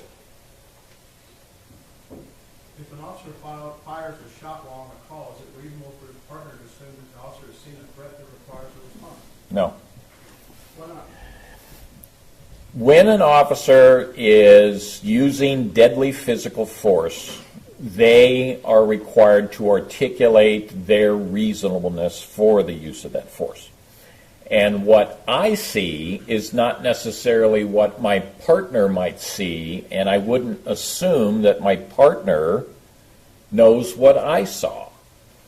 Meaning that if I discharge my firearm doesn't mean my partner is going to say, oh, well, they must have been reasonable in that use of force. If they saw the same thing that I did, then I would expect a similar response from them. But the mere fact that I discharge my firearm doesn't mean my partner should necessarily agree with that use of force. Let me ask my question again. Maybe I got it wrong. If an officer fires a shot while on a call, is it reasonable for his partner to assume that the officer has seen a threat that requires that response? No. At the time? No. Okay. And I could go through case after case of where an officer discharges their firearm. There was no reasonableness for the discharge of the firearm. Why would my partner believe that they were reasonable in that use if they don't see that information? Do good officers sometimes deviate from the general orders? Yes, Can it be good police work to deviate from the general orders? can be. Is it generally good police work to evaluate the facts of a call before making decisions as how to proceed? Yes. Does a burglar, whether in this state or Colorado, have an expectation of privacy in a structure he's burglaring? No. Does a Texas peace officer have an authority to enter a private property to investigate an open structure call?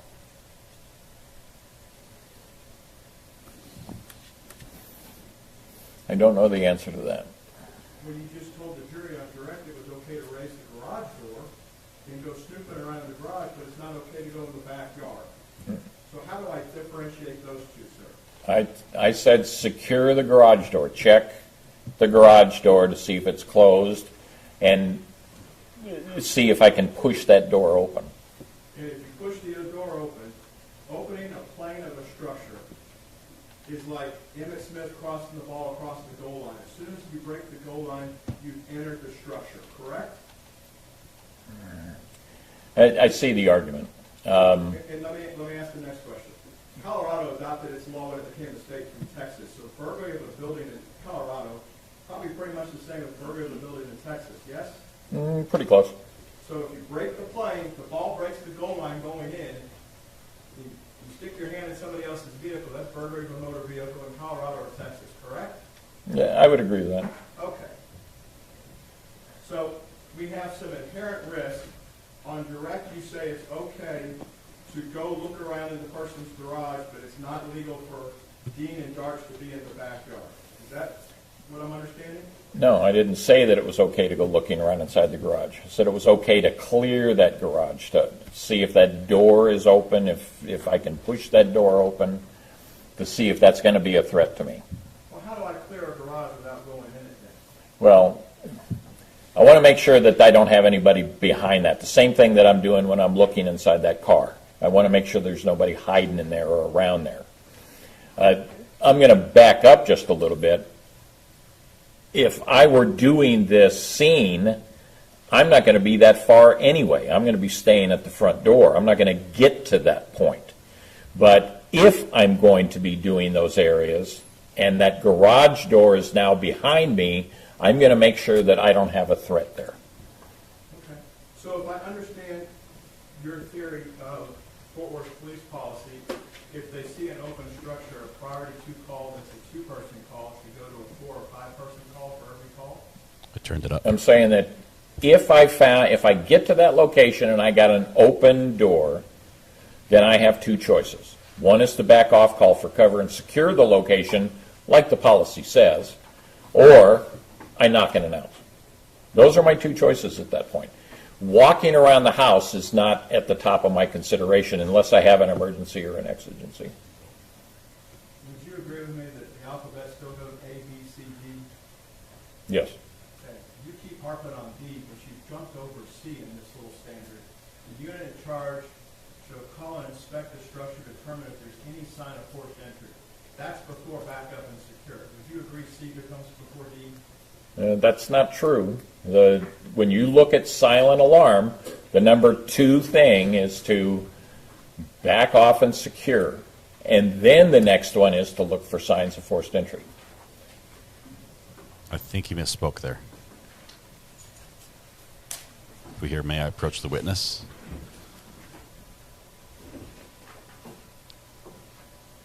I think he misspoke. That might have got in trouble.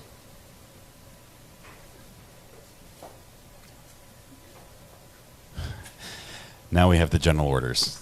I know outside the presence of the jury, you take no notes. Can you tell us what version of the general orders you looked at in this case? What rev version it is? I don't know. So It was the ones that were sent to me by the DA's office. So you don't know if you looked at a complete set of general orders? I can't tell you off the top of my head. Well, since you have no notes, what parts of the general orders did you look at? I looked at the ones dealing with silent alarm, burglary of a residence. I'm going to show you what's been marked for identification purposes as Defendant's Exhibit 49 and direct your attention to 327.0 found on page 247, and I'll purport to you that I got this from the city attorney's office, and you see the word silent alarm in 327. That's correct. Okay? So you have A and you have B, correct? Correct. Okay? Am I wrong that we don't have secure the premises right there at the park? All main exit ways should be guarded to prevent escape from the prisoner. That's secure that location. All main exits. So that's secure that location. Take a look at D. D is what you've been harping on, is it not? No, this is looking for signs of forced entry. I'm talking about secure the location. That's what this number 2 is secure that location. Guard those entry and exit points. Okay. What kind of vehicles were in the driveway? 2 cars. What kind? You said you got to look on the floorboard to find somebody hiding on the floorboard and do a detailed search. You've studied this case. How big are the floorboards in those cars to find somebody secreted down in the floorboards? Well, the time that they spent at those cars didn't suggest to me that they did any kind of thorough search at all. I don't know that they checked the trunk lid. I don't know that they looked clearly on the floorboards. The time that it took for them to go by there, I don't see that they could have done any kind of search. He should have asked no to less a approach here. detailed one. Based on your notes that you have, how long did they spend at each vehicle? It wasn't long based on the body-worn camera footage. I'll do the poll again. Signal 56 says you treat it like a silent alarm, correct? Correct. And if it was an audible alarm in the general orders that you have there, you also treat it like a silent alarm, correct? Correct. Because you've studied that before. Yes. This case is not the first case that you've seen those general orders, correct? Correct. And the city of Denver has the same type of general orders, roundabout so. Polls up. General orders are in every department in the U.S., yes? Yes. You've been to 32 states. Department of Justice has their general orders. Yet, people deviate from general orders every day, correct? Of course. Denver's had general orders for a long period of time. Yeah. And when officers deviate from general orders, they do it and they have to stand for it and be able to answer and be accountable for their actions. You'd agree with that? I would. And even if they're doing stuff, I believe that the state has asked a lot of questions of folks that people should just go up and try the door, the front door, to see if the door opens. You've been here long enough to hear those questions, haven't you? I have. Do you remember a patrolman by the name of Robert Eugene Sandoval? You do, don't you? Name sounds familiar. He was a Denver police officer who was shot by a homeowner and died years later of his injuries because the homeowner was startled when he grabbed the storm door during what they thought was a break-in when the officers showed up to check it, correct? Yes. So there's a reason, even from your own department of 32 years, that people don't touch those doors and make noise like that because they can get shot, correct? They can. You know, we talk about being inherently dangerous work as a police officer. You know, and she may have been in your academy class, patrolwoman Kathleen Garcia. I know Kathleen well. And Kathleen was tragically killed while sitting in her patrol car in her front yard at the end of a shift, correct? No. She was killed in her front yard by a neighbor. She got in an argument with him and was shot and killed with her own gun in her front yard. Things can go south for a police officer really quick, correct? Absolutely. It's an inherently dangerous job, It is. and they have to make split-second decisions as they go through stuff. Do you agree with that? I would.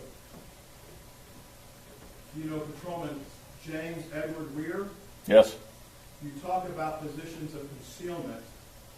Even if you take concealment, bad things can happen to officers, correct? They can. Officer Weir was killed when he had to move from a position of concealment. He was shot, correct? He was. And he was also with the City of Denver Police Department. That's correct. Did you all have training procedures and policies in place when those officers were killed? We did.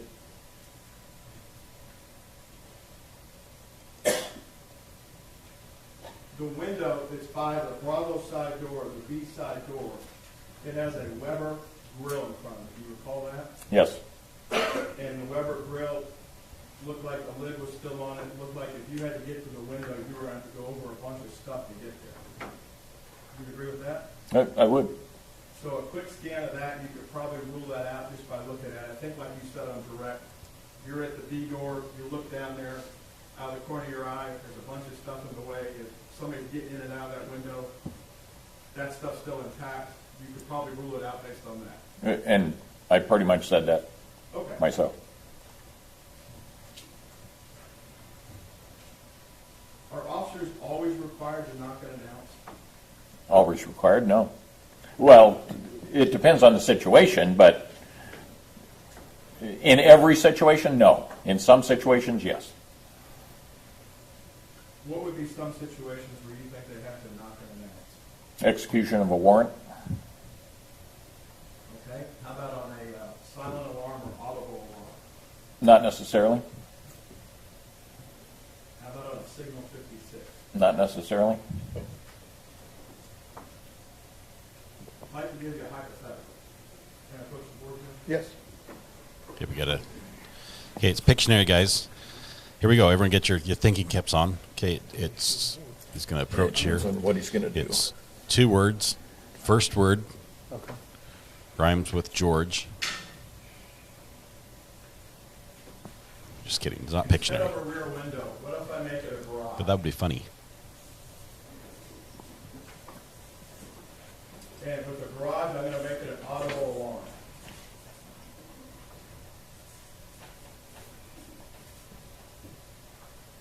I can almost smell the marker from Garage here. is open, audible alarm. It's 1 a.m. and I got 2 rookies. Is anyone else bothered by the caution tape that's holding a cabinet closed in the background? Or is that just me? The audible alarm, though, is not at the house where the garage is open. It's at another house, and they go to the wrong garage. Okay? You with me so far? I'm going to try to be. Okay. The 2 rookies go to the wrong garage, wrong residence, and walk up on somebody in the garage. Okay? Okay. With me so far? They walk up on somebody and that person comes out of the house with the gun. If the officers are dispatched on an audible alarm, an alarm call from Alarm Center, do the officers have a right to be there in that scenario?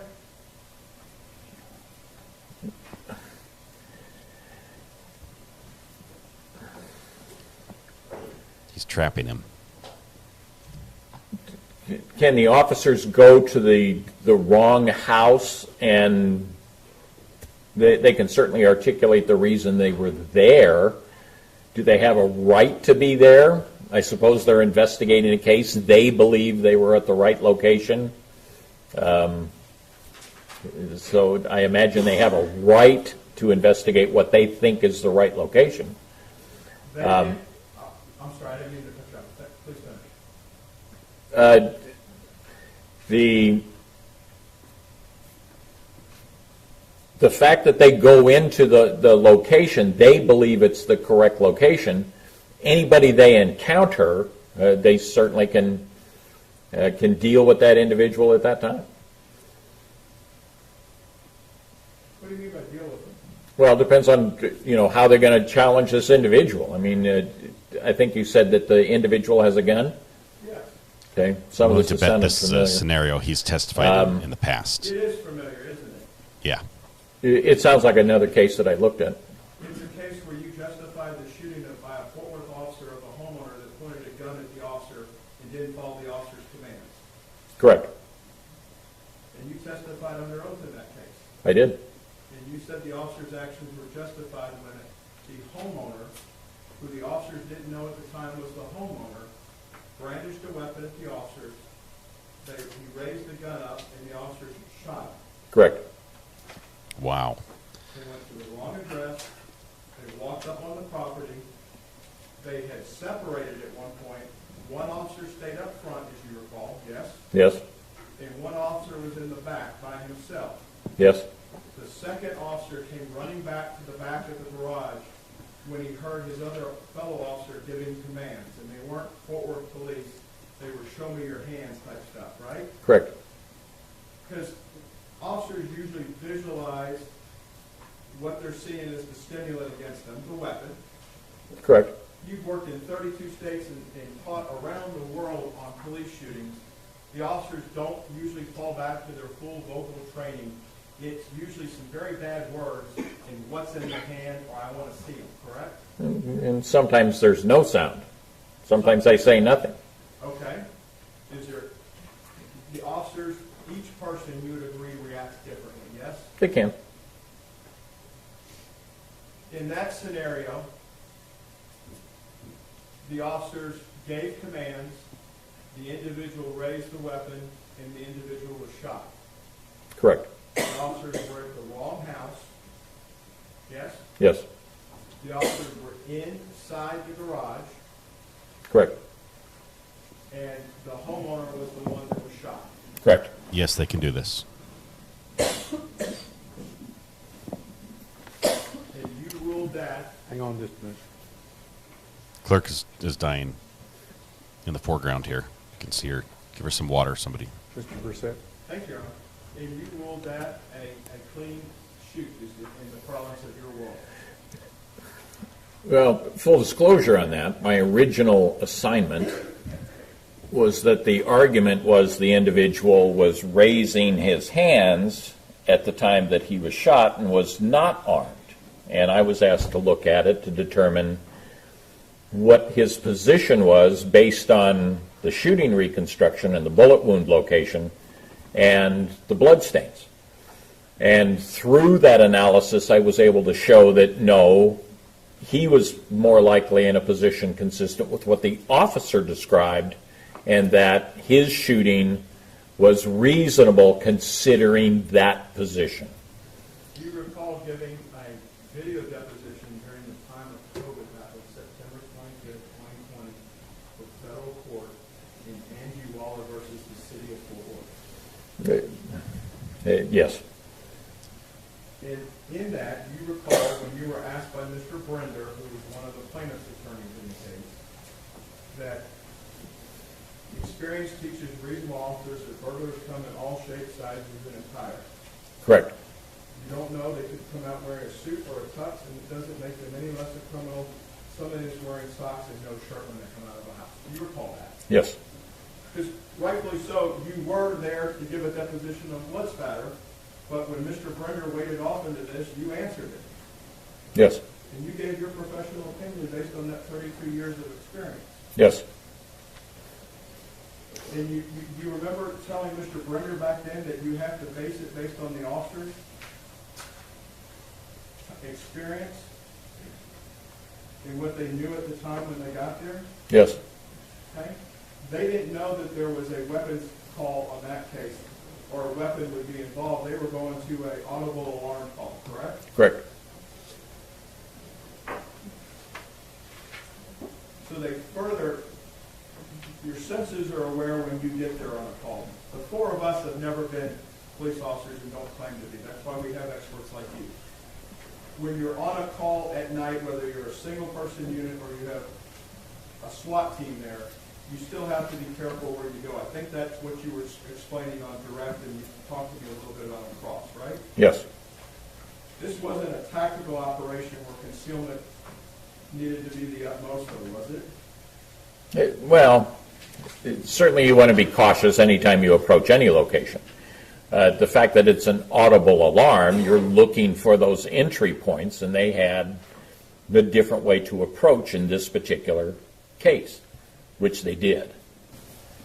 When we're talking about how we prepare somebody and look at them, certainly to be clear, when it talks about reasonable offer, it's talking about somebody with life experience and training. Yes. When you cleared the Fort Worth officers for their shooting back on that garage hypothetical, that's the standard you work with, reasonable experience and training, correct? Yes. So you have to look at two rookies in this case, yes? Well, again, the fact that they're rookies, I mean, they're closer to the training end of this, but light on the experience end of this. I don't want to give somebody a pass simply because they have less experience. No, and I'm not asking you to, but we don't have the breadth and depth of your knowledge of 32 years of doing it your way. We have to do it the way the rookies would do it. Well, the way the law says we need to do it. Well, the law says we look at it from their training and experience, correct? Correct. So the law says we look at it from the rookie's perspective. You agree with that? I think that's fair. Jack, Your Honor, the court will be giving a lot to the jury, not just witness. I'll let him answer. I think that's fair. Certainly, and you've looked at Darch and Dean's records. They weren't on the streets very long. No. And how Chief Fitzgerald, who designed the shift duty, put two rookies on the streets at night together, that's a debate for another court, not a criminal court. You'd agree with that? To a degree, yeah.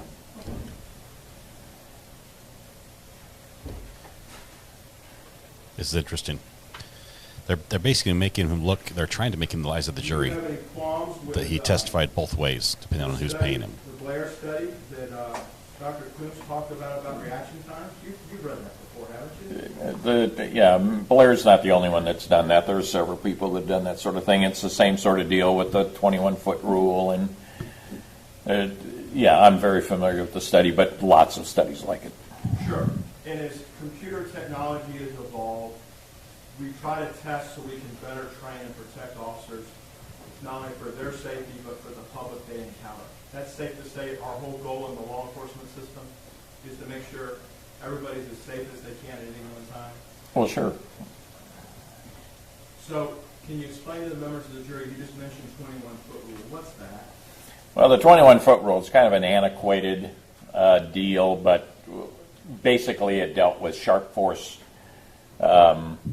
weapon usage, but it can really deal with pretty much anything other than a firearm. I guess it could with a firearm too, but basically what it says is somebody armed with a knife can close the distance and severely injure or kill an individual who is armed with a gun if they are within 21 feet of their position at the time. And you say it's antiquated because the studies have shown that really needs to be pushed out a little bit further, correct? Yeah, probably about 35 feet.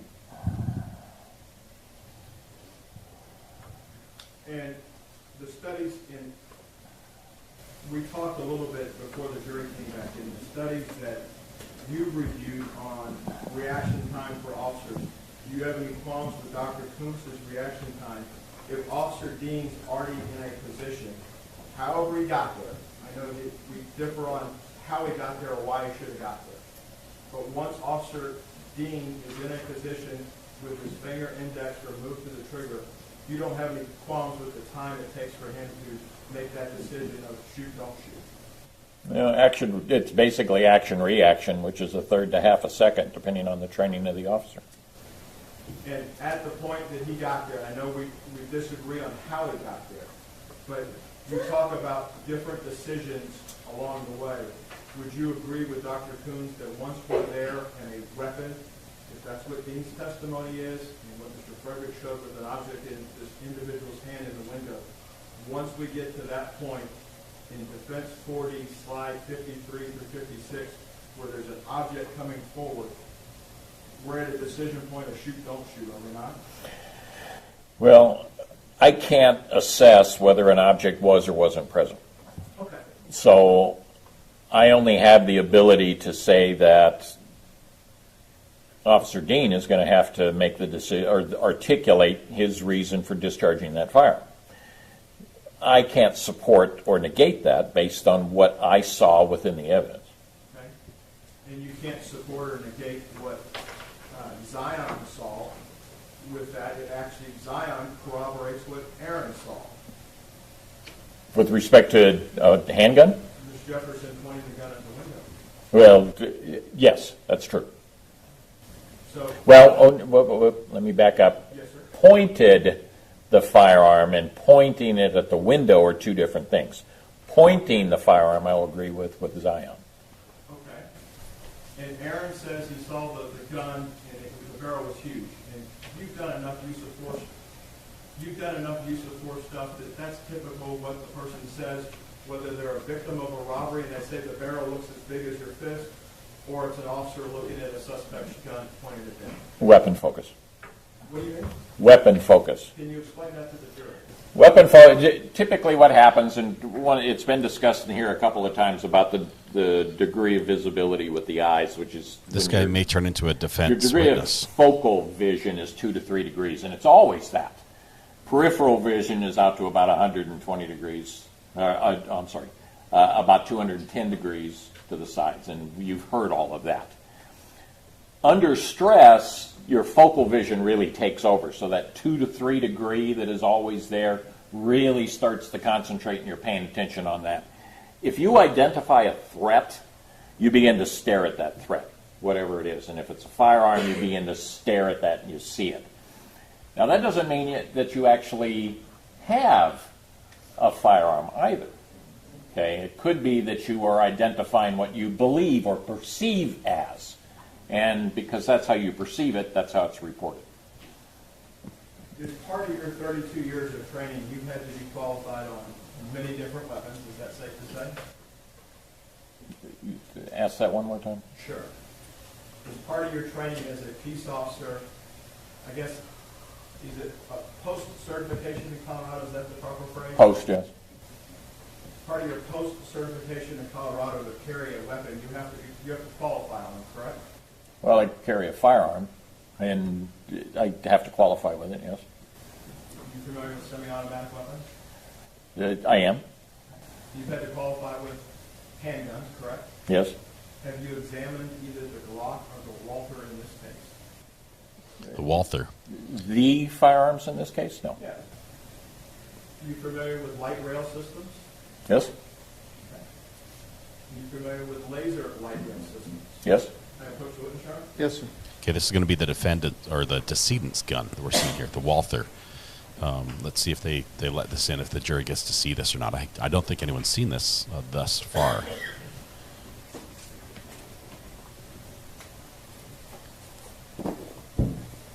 Maybe they're waiting till now to bring up the I'd ask you first laser in the window on the body to cam. take a look at States 97 and make sure it is equipped to be rendered safe with a zip tie in it right now. Slide is locked back. There's a zip tie through the both ends of the barrel, which prohibit the firearm from accepting a live cartridge. And again, the slide is locked back. So you would agree for demonstrative purposes, you and I can chat about this safely here in the room? Yeah, as long as I'm not pointing at anybody. Yes, sir. Won't be doing that. Understand completely.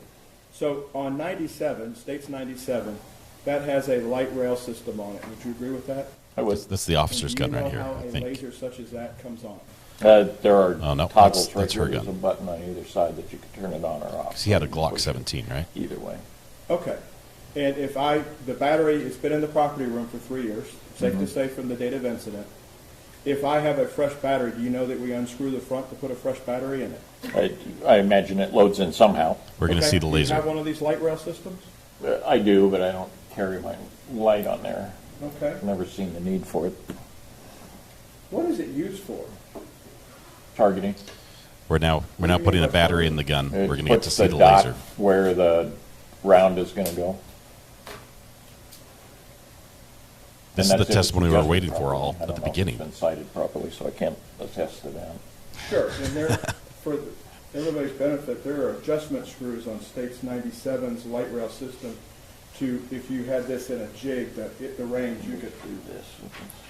Hone it in. He's like, don't point it at yourself. It's safer.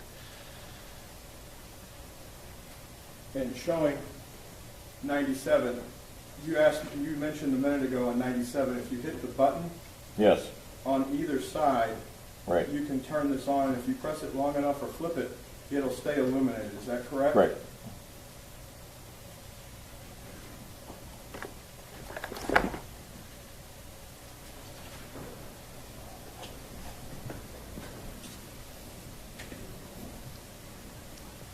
I'm trying to I want to ride go back to some of your teachings on behalf of your firm. trying to ride the volume so you can hear what's happening without getting blasted out Still hold the by position him. that you taught nationally, that we have criminal jury system, which is superior to any in the world, and its efficiency is only marred by the difficulty of finding 12 men every day who don't know anything and can't read. Yeah. That's your view of a jury, is it not? It is a joke that is part of a PowerPoint for testimony. And it's to teach experts such as yourself how to testify in front of a jury, correct? No, it's to teach anybody that wants to talk about testimony, and it is a joke slide. Well, we go through some of the other side. It says, get ready for rapid fire questions from, like Dick Dean had to experience. Yes? And get ready for questions that might be unfair in rapid fire. Correct. You think I've been fair with you today? You know, I've done this so long, I don't know that I'd identify an unfair question. I agree with you on that. Thank you. Pass the witness. Read the record. Now approach the evidence. Yes, sir.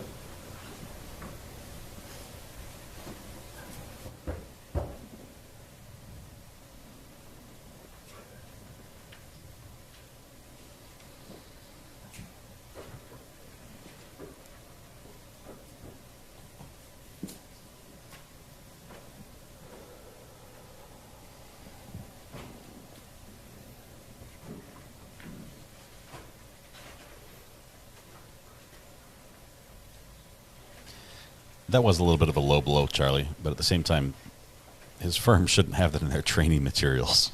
Oh my goodness.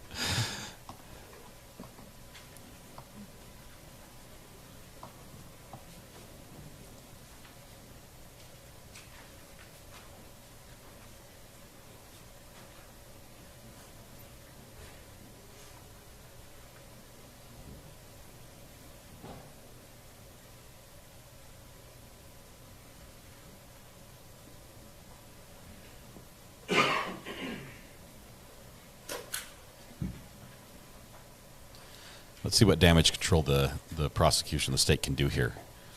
And one moment, Your Honor. Yes, sir. Yeah, there's a lot of jokes about trial. Attorneys get a ton, I'm sure. They've heard them all.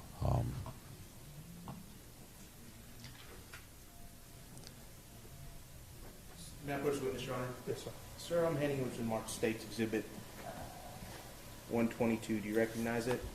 I do. And is that the same general orders that the defense attorney had up here talking to you about silent alarms? Yes. Just the 327.01 of the general orders that deal with silent alarms. Correct. Thank you. At this time, Your Honor, State would offer State Exhibit 122 for all purposes. No objection. State's Exhibit 122 is admitted. May I talk to the defense attorney, please? Yes.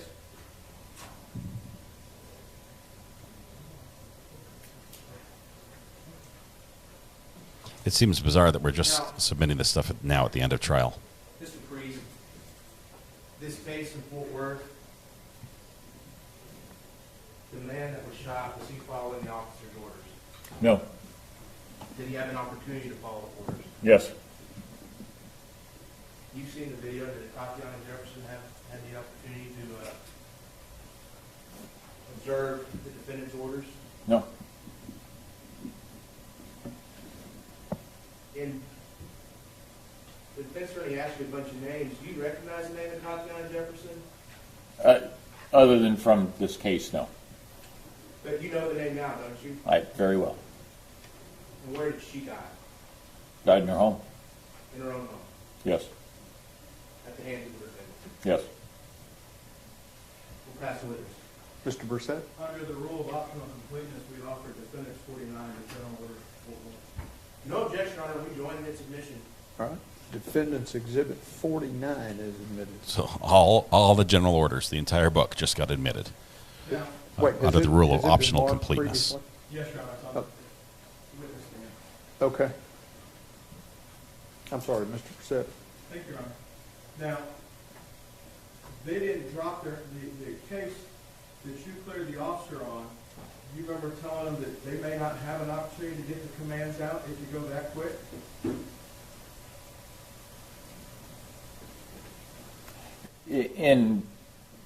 I don't recall it specifically from this case, but yeah, that's quite possible that you can't get commands out very quick. And as you're visualizing as an officer, what's I heard it from coming you, up at Matthew. you, the prerequisite that the media and everybody else wants to have in any shooting case that really isn't reality is officers are faced with deadly force, and it may be that quick, and they have to make a life-second decision. Agreed? And you don't have any problem with Dr. Kuntz's timing for the split-second decision once he's, regardless of how he got there, once the decision is shoot, don't shoot. If Dean says he's faced with a deadly weapon and it's presented at him, you said earlier on direct that mere presence alone is sufficient to identify the officer. Do you recall that? Well, mere presence alone, if the officer is seen, can identify them. But yes, I mean, in a basic sense, the fact that the officer is there wearing a police uniform, that's enough to identify them as a police uniform if they are recognized. Correct. Sure. And that's the whole part of this. But that's the general training that Fort Worth and every other department in the United States operates under, correct? I'd agree. If you have a uniform on, that checks off the first box, you're a police officer. I agree. Like if somebody's in a military uniform, you know combatant versus non-combatant, correct? Agreed.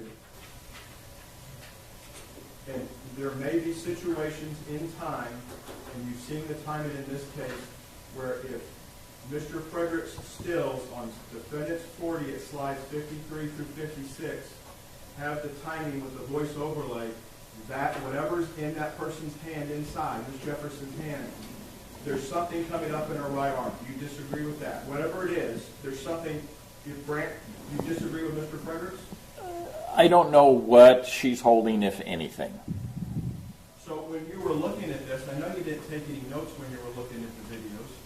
Did the state ever give you... That's a low blow. You looked at Axon Interrogate yesterday with Mr. Fredericks. The precursor to that was Input Ace, which was Mr. Frederick's product. And the Fort Worth Police Department or the Tarrant County DA's office both have copies of it.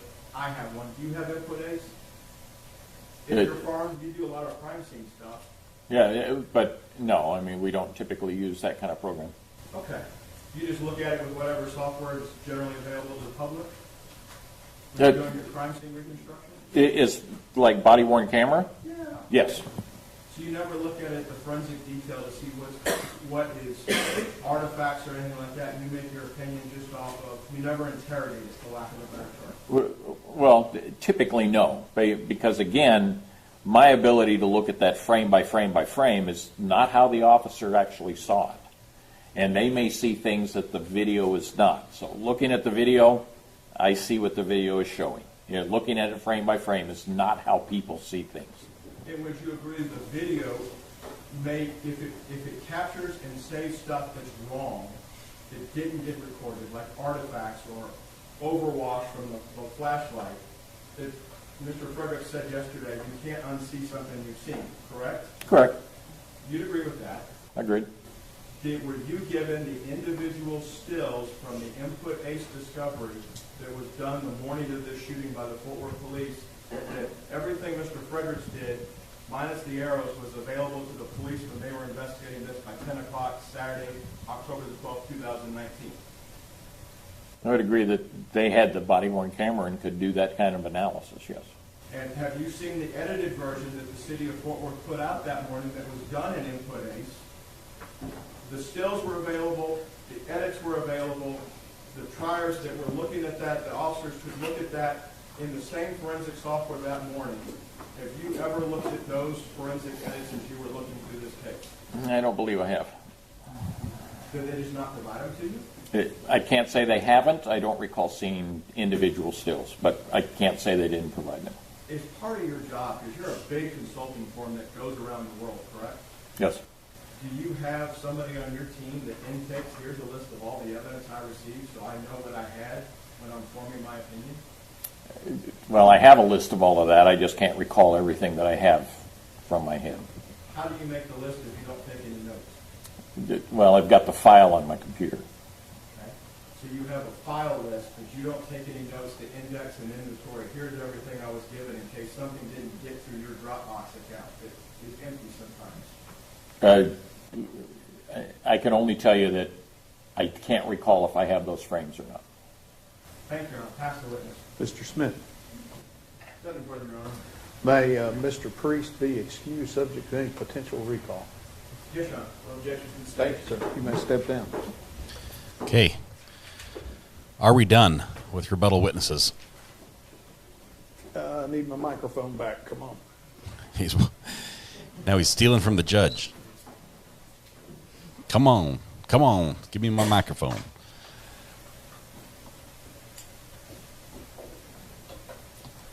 Okay, so we're done with Jonathan Priest, the state's rebuttal witness. State of Texas arrest. State of Texas We have rest. a matter on a piece of evidence still to take up Okay, that the state and defense have been working on, okay. so we need a short break. Retire to your jury. See you back in a few minutes. So jury's getting kicked out again. Let's see if they'll let us stay and watch. Hopefully this matter will be addressed here. The microphone's been turned off everywhere except for the judge's bench, and there we just lost the judge's bench audio. So let's see what happens here. Yeah, the defense is hung up on notes, and nobody cares. That they didn't have much to go on, and obviously you want to attack every testimony that's damaging to your case in some way, and so I mean that's what they chose. It wasn't a strong attack, I don't think, because it came across as so knowledgeable. Audio's back for the judge. Let's listen in. There was a battery that took place from the 10,000 mile Williams Rock battery as they were installing the gun and things like that. They're talking about the battery that was placed in the gun to the evidence. Okay, so now we've lost all the feed. The camera's been turned off. So we get nothing right now. Okay. Do you think we're going to close tonight? Let's see. It's 3 o'clock there. We're going to probably get the closing. Well, we're going to get jury instructions first, right? Jury instructions, then closing. I don't know. I'm not sure if it'll happen tonight. You guys are probably right. We're probably going to have jury deliberation tomorrow morning at the soonest.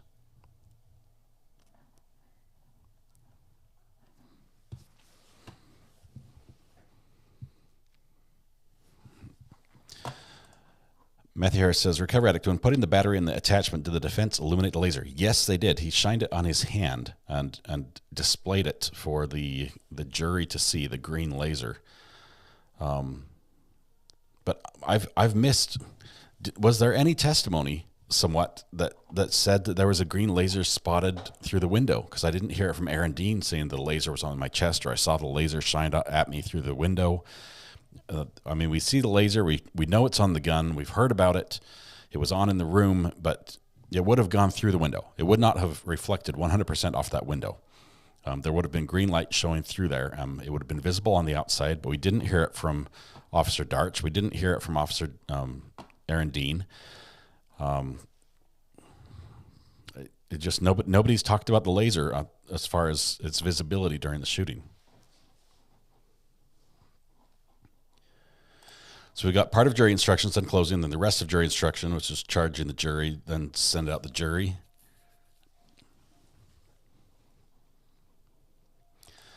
Been at work and missed all today's testimony. Anything important happen? No. Yes, a little bit. We've had both sides rest. We had some expert testimony about police protocol and what the officers did, if that was right or wrong. And according to the defense's expert, everything they did was textbook. And according to the prosecution's rebuttal, the state's rebuttal expert, everything went wrong the second they stepped away from that front door. It didn't just the second they didn't retreat from that front door and call for backup. And every other step was pretty much wrong. But he did almost get to the point of saying, aside from all the other decisions Aaron Dean made at that scene while responding there, if he was in that shoot or don't shoot situation, did he make the wrong decision? And it was basically saying, yeah, I can't really say because I didn't see. That's the line he took. But it's amazing that they brought up that prior testimony. This is what was important, why the defense wanted his notes, why they wanted the other cases he'd been at. Well, they got that information. I'm not sure if they got it from him or from someone else, but they got the information about him and a trial that he testified at as an expert witness in Fort Worth involving a shooting with some very similar situations where two police officers showed up at a scene. In this case, it was an audible alarm. They showed up at the scene. A homeowner came out with the gun. The police officers ended up shooting him. And the scenario that as far as the gun aiming at the officers was probably very similar to this situation. And in that case, he testified and said the officers were in the right, even though they were at the wrong house. So a little bit happened today. You missed a tiny bit. This is going to take the jury a while to deliberate. I don't think it'll be lightning quick. Somebody go to the trailer park and get his computer. Yeah, there were some low blows today on both sides. I think you can sense some frustration on the part of both sides with the prosecution, with how they were not able to get certain answers out of some people, and the defense with how well the prosecution was able to get answers out of their defendant. But yeah, it's coming to a head here, and pretty soon the jury's going to have it all in their hands. If the jury's like us in here, they're not going to agree, right? But could they agree on a lesser charge? If the question instead of second-degree murder was, negligent manslaughter or something.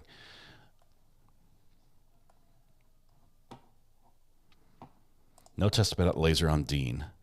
Never says a gun until he finds it by the dying victim. Mutes body cam to talk to another officer after he realizes what he did. Looks bad. No one testified about the mute. I was surprised the prosecution didn't bring it up. They didn't question Dean about what was said during that time or why it was muted either. I mean, it might have been as simple as I accidentally bumped the button type thing. That might have been the explanation, whether or not you believe it or not. But why was it not addressed? Because he was still in the crime scene at the time.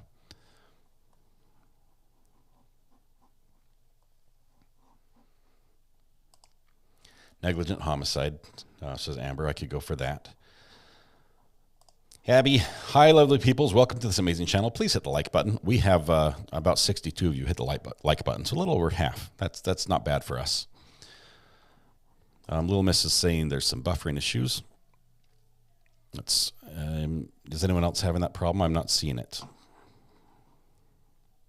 Ven, you did miss the word of the day, OODA loop.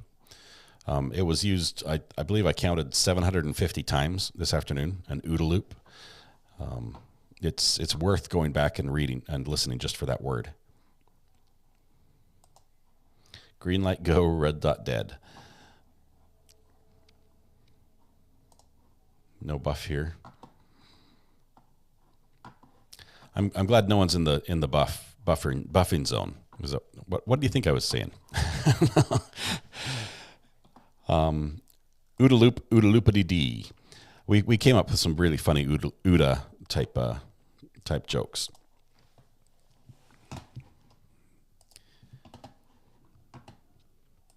So 41 of you are on Santa's naughty list. 69 likes. So people are getting off the naughty list rapidly right now. But I will be forwarding him the list of unlikers or non-likers. So Cole will be in your near future. MB says, I think the juries are a lot like us. At the end of this, I still can't say he's guilty. And Charlie Peterson's on the opposite side. Well, if Charlie's on the jury, that he's not going to be found not guilty, right? It's going to be a hung jury at the least.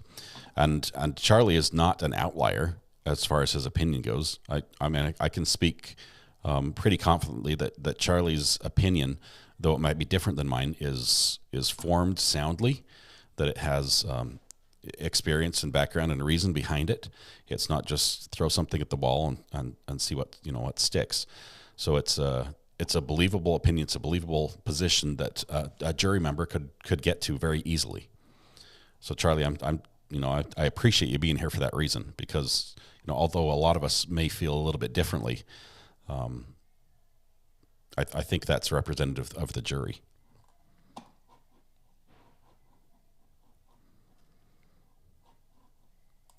In the buff. Chat's getting spicy now. That's what we're going to call it. In the buff. Is anyone in the buff? We'll ask that if you're buffering. It's quicker than saying buffering. That's why.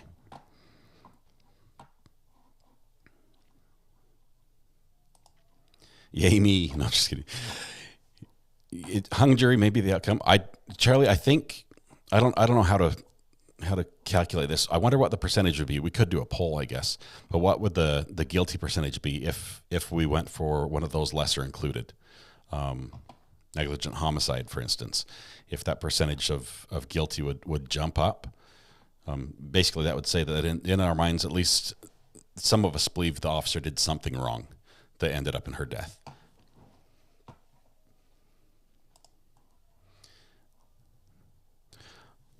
Yeah, sorry, I do misunderstand a lot of people. Sorry, MB, for putting words in your mouth that were not your opinion.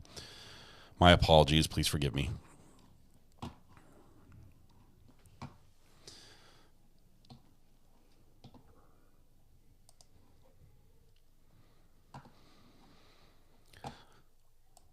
What happens on a hung jury? Matthew, what happens on a hung jury in this sort of case? Is it a retrial? Do we get to go from the beginning, or would I believe the state would do a retrial, right?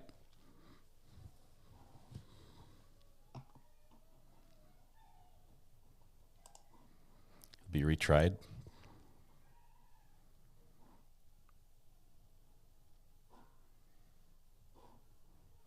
Maybe they'd get some new experts or some different experts. Matthew Harris Law is the new Siri. He's my legal Siri. It's like, hey, Matthew. Hey, Siri.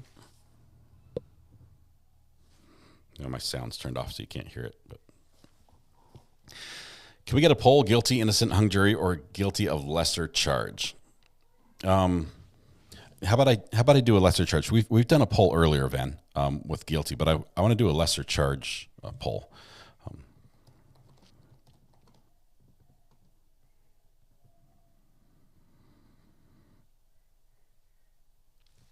Let's see.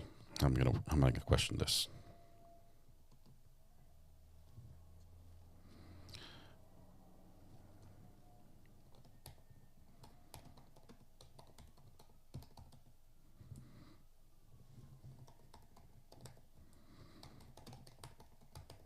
Okay, I think I spelled everything mostly right.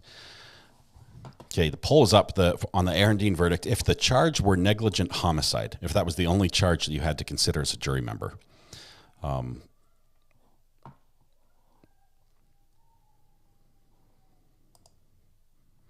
like this Allen charge, Matthew Harris, the dynamite charge. That's the encouragement they need to continue deliberations.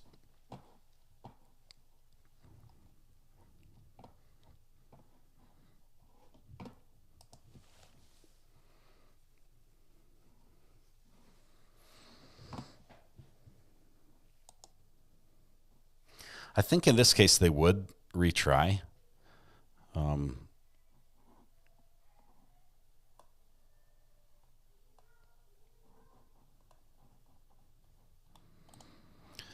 I know, Little Miss, you're reserving opinions until closing arguments. Just remember that the closing arguments are not testimony.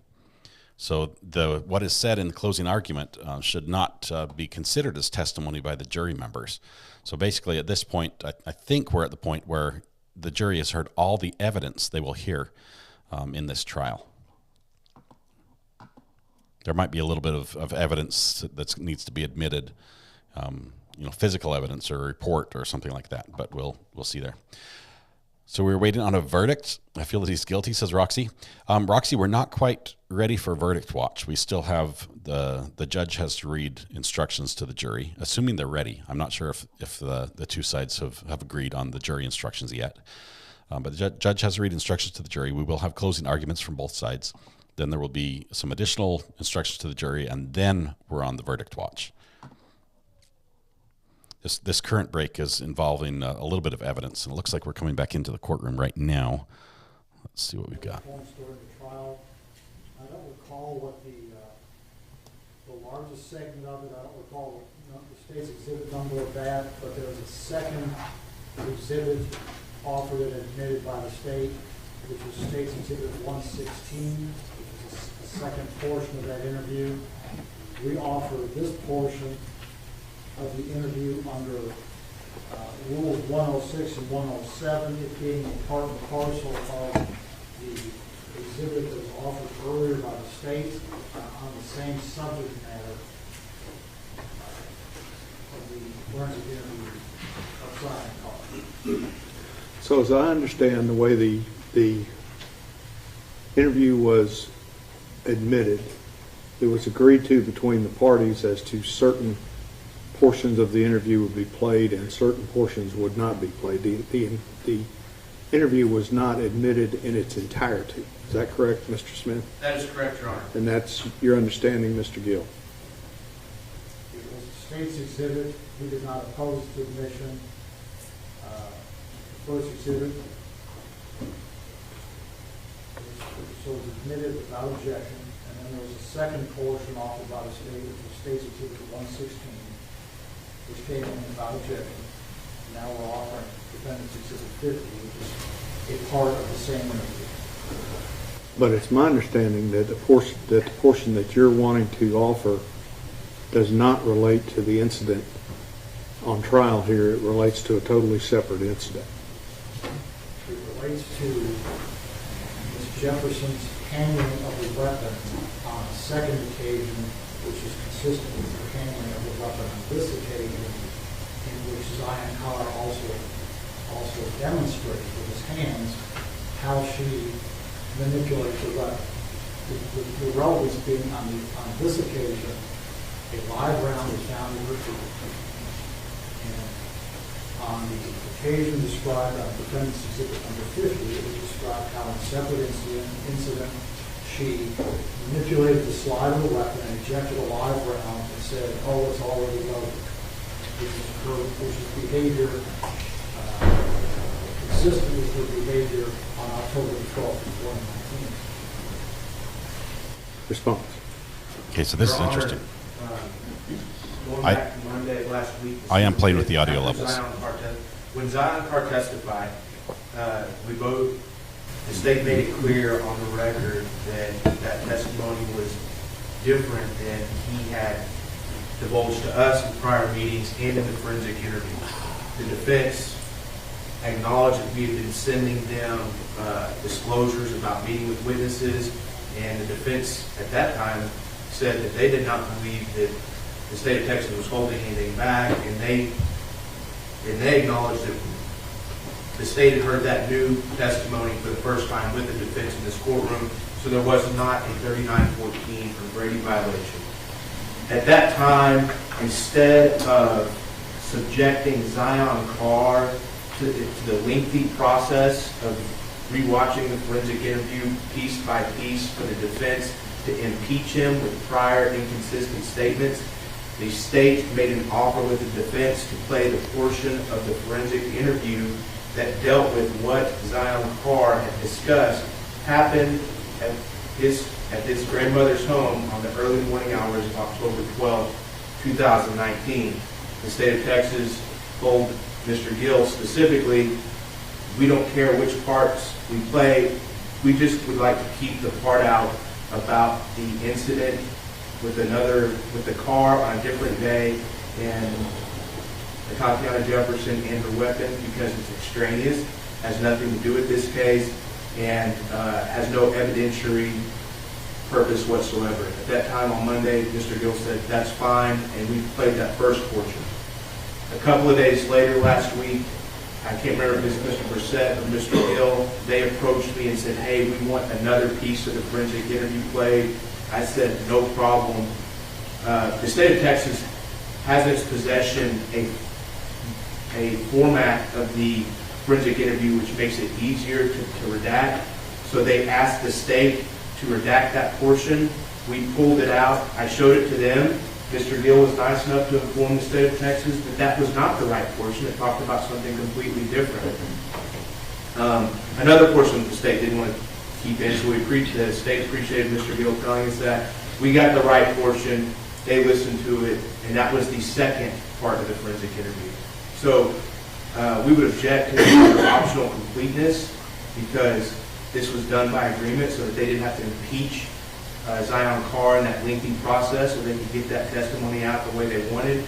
And then also that this is a completely extraneous matter on a different day, that its prejudicial value, its prejudicial effect outweighs its probative value. So do we have a complete copy of the forensic interview that has been introduced for purposes of the record? Yes, we have, Your Honor. That is State's Exhibit 94 Okay. for record purposes only. Right. And the exhibit that you're wanting to introduce, Defendant's Exhibit 50, is the final portion of State's 90 that you would want to show? Correct. Okay.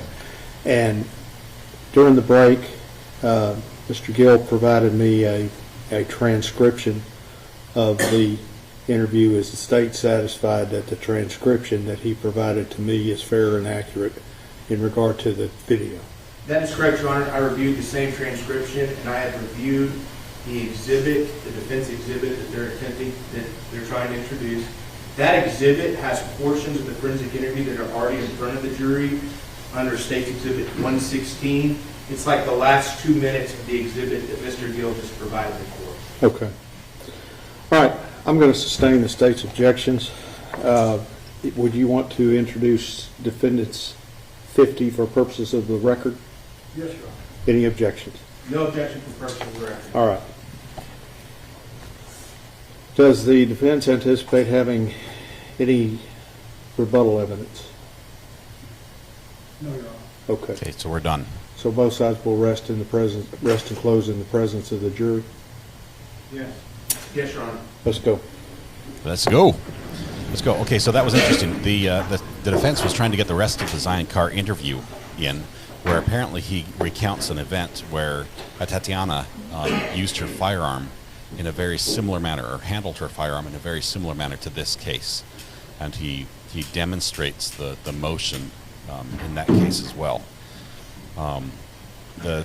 The state objected because they had an agreement basically saying instead of impeaching Zion Carr while he's up on the stand, they'll just allow this video to be played, and that's the agreement they had. And now the defense is wanting the rest of it played as well, which the state had said, no, we don't want that in. That's why they made the agreement. But so the judge agrees with the state on that one. We're not going to see that other testimony of the other event, or the recounting of the other event where Atatiana used her firearm. Mr. Brissett, Mr. Gill. Your Honor, and ladies and gentlemen of the jury, the defense closes. State closed. Your Honor, ladies and gentlemen of the jury, the state closes as well. Thank you. You may be seated. That's going to be all the evidence that you're going to hear. That's it. And as I told you at the Now it's beginning of the decision trial, time. once both sides rest and close, I have to prepare the set of written instructions that contain all of the law that's applicable to the case. So that's what we are going to work on for the rest of the afternoon. I'm going to allow you, however, to remain here for as long as you want to review your notes, because I anticipate in the morning when you come in, we'll hit the ground running. I'll read those instructions to you. The lawyers will make their closing arguments, and then you'll retire to your jury room to begin your deliberations. Okay? So work as long as you want to back here today. When you're ready to go, just let Deputy Nicholson know, and we'll get it all taken care of. Very, very important. that tonight you stay away from anything involving the media. Don't watch TV, don't read anything. Go out and eat dinner, okay? Because tomorrow we begin on your time. You're in control of this tomorrow, not me. So work as long as you want to today. We'll see you in the morning. Your Honor, before we may approach. Yes? Wait. Okay, so Mike's been muted a little bit for this little sidebar. I'm going to switch to a different camera feed. It's a little bit older here. May we approach? Yes. Okay. So both sides have closed, barring the a recant of their close. I don't know. It's pretty much done. Evidence. There's no more evidence for the jury to consider. The judge is going to let them sit there and listen and review their notes tonight to go over all the notes they've taken. What's happening here? Your notes are your notes, okay? While you're looking at them, you're reviewing them. Don't be talking about the case because that hasn't started until in the morning, okay? Right. All right. Can't with compare that, notes. Call Deputy Nicholson. I think it's Deputy Brian Nichols. I think we've able to ascertain his first and last name. He's also in charge of turning the lights on and off in the courtroom, as well as leading the jury out of the courtroom. So closing arguments are tomorrow. We're not missing the closing arguments, Melody.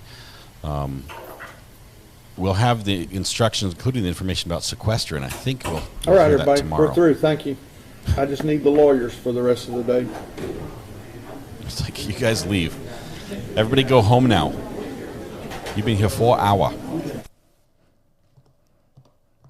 Okay, so camera's turned off. The cameraman wasted no time getting out of there. Let's go home or let's go. A little bit of both. The judge is obviously going to keep working. The lawyers are going to keep working. I don't know how much ground they have to cover to find that middle ground of what the instructions, what the wording of the instructions will be. But they're going to go over that and hopefully find a happy medium, and judge will start in the morning with that. So,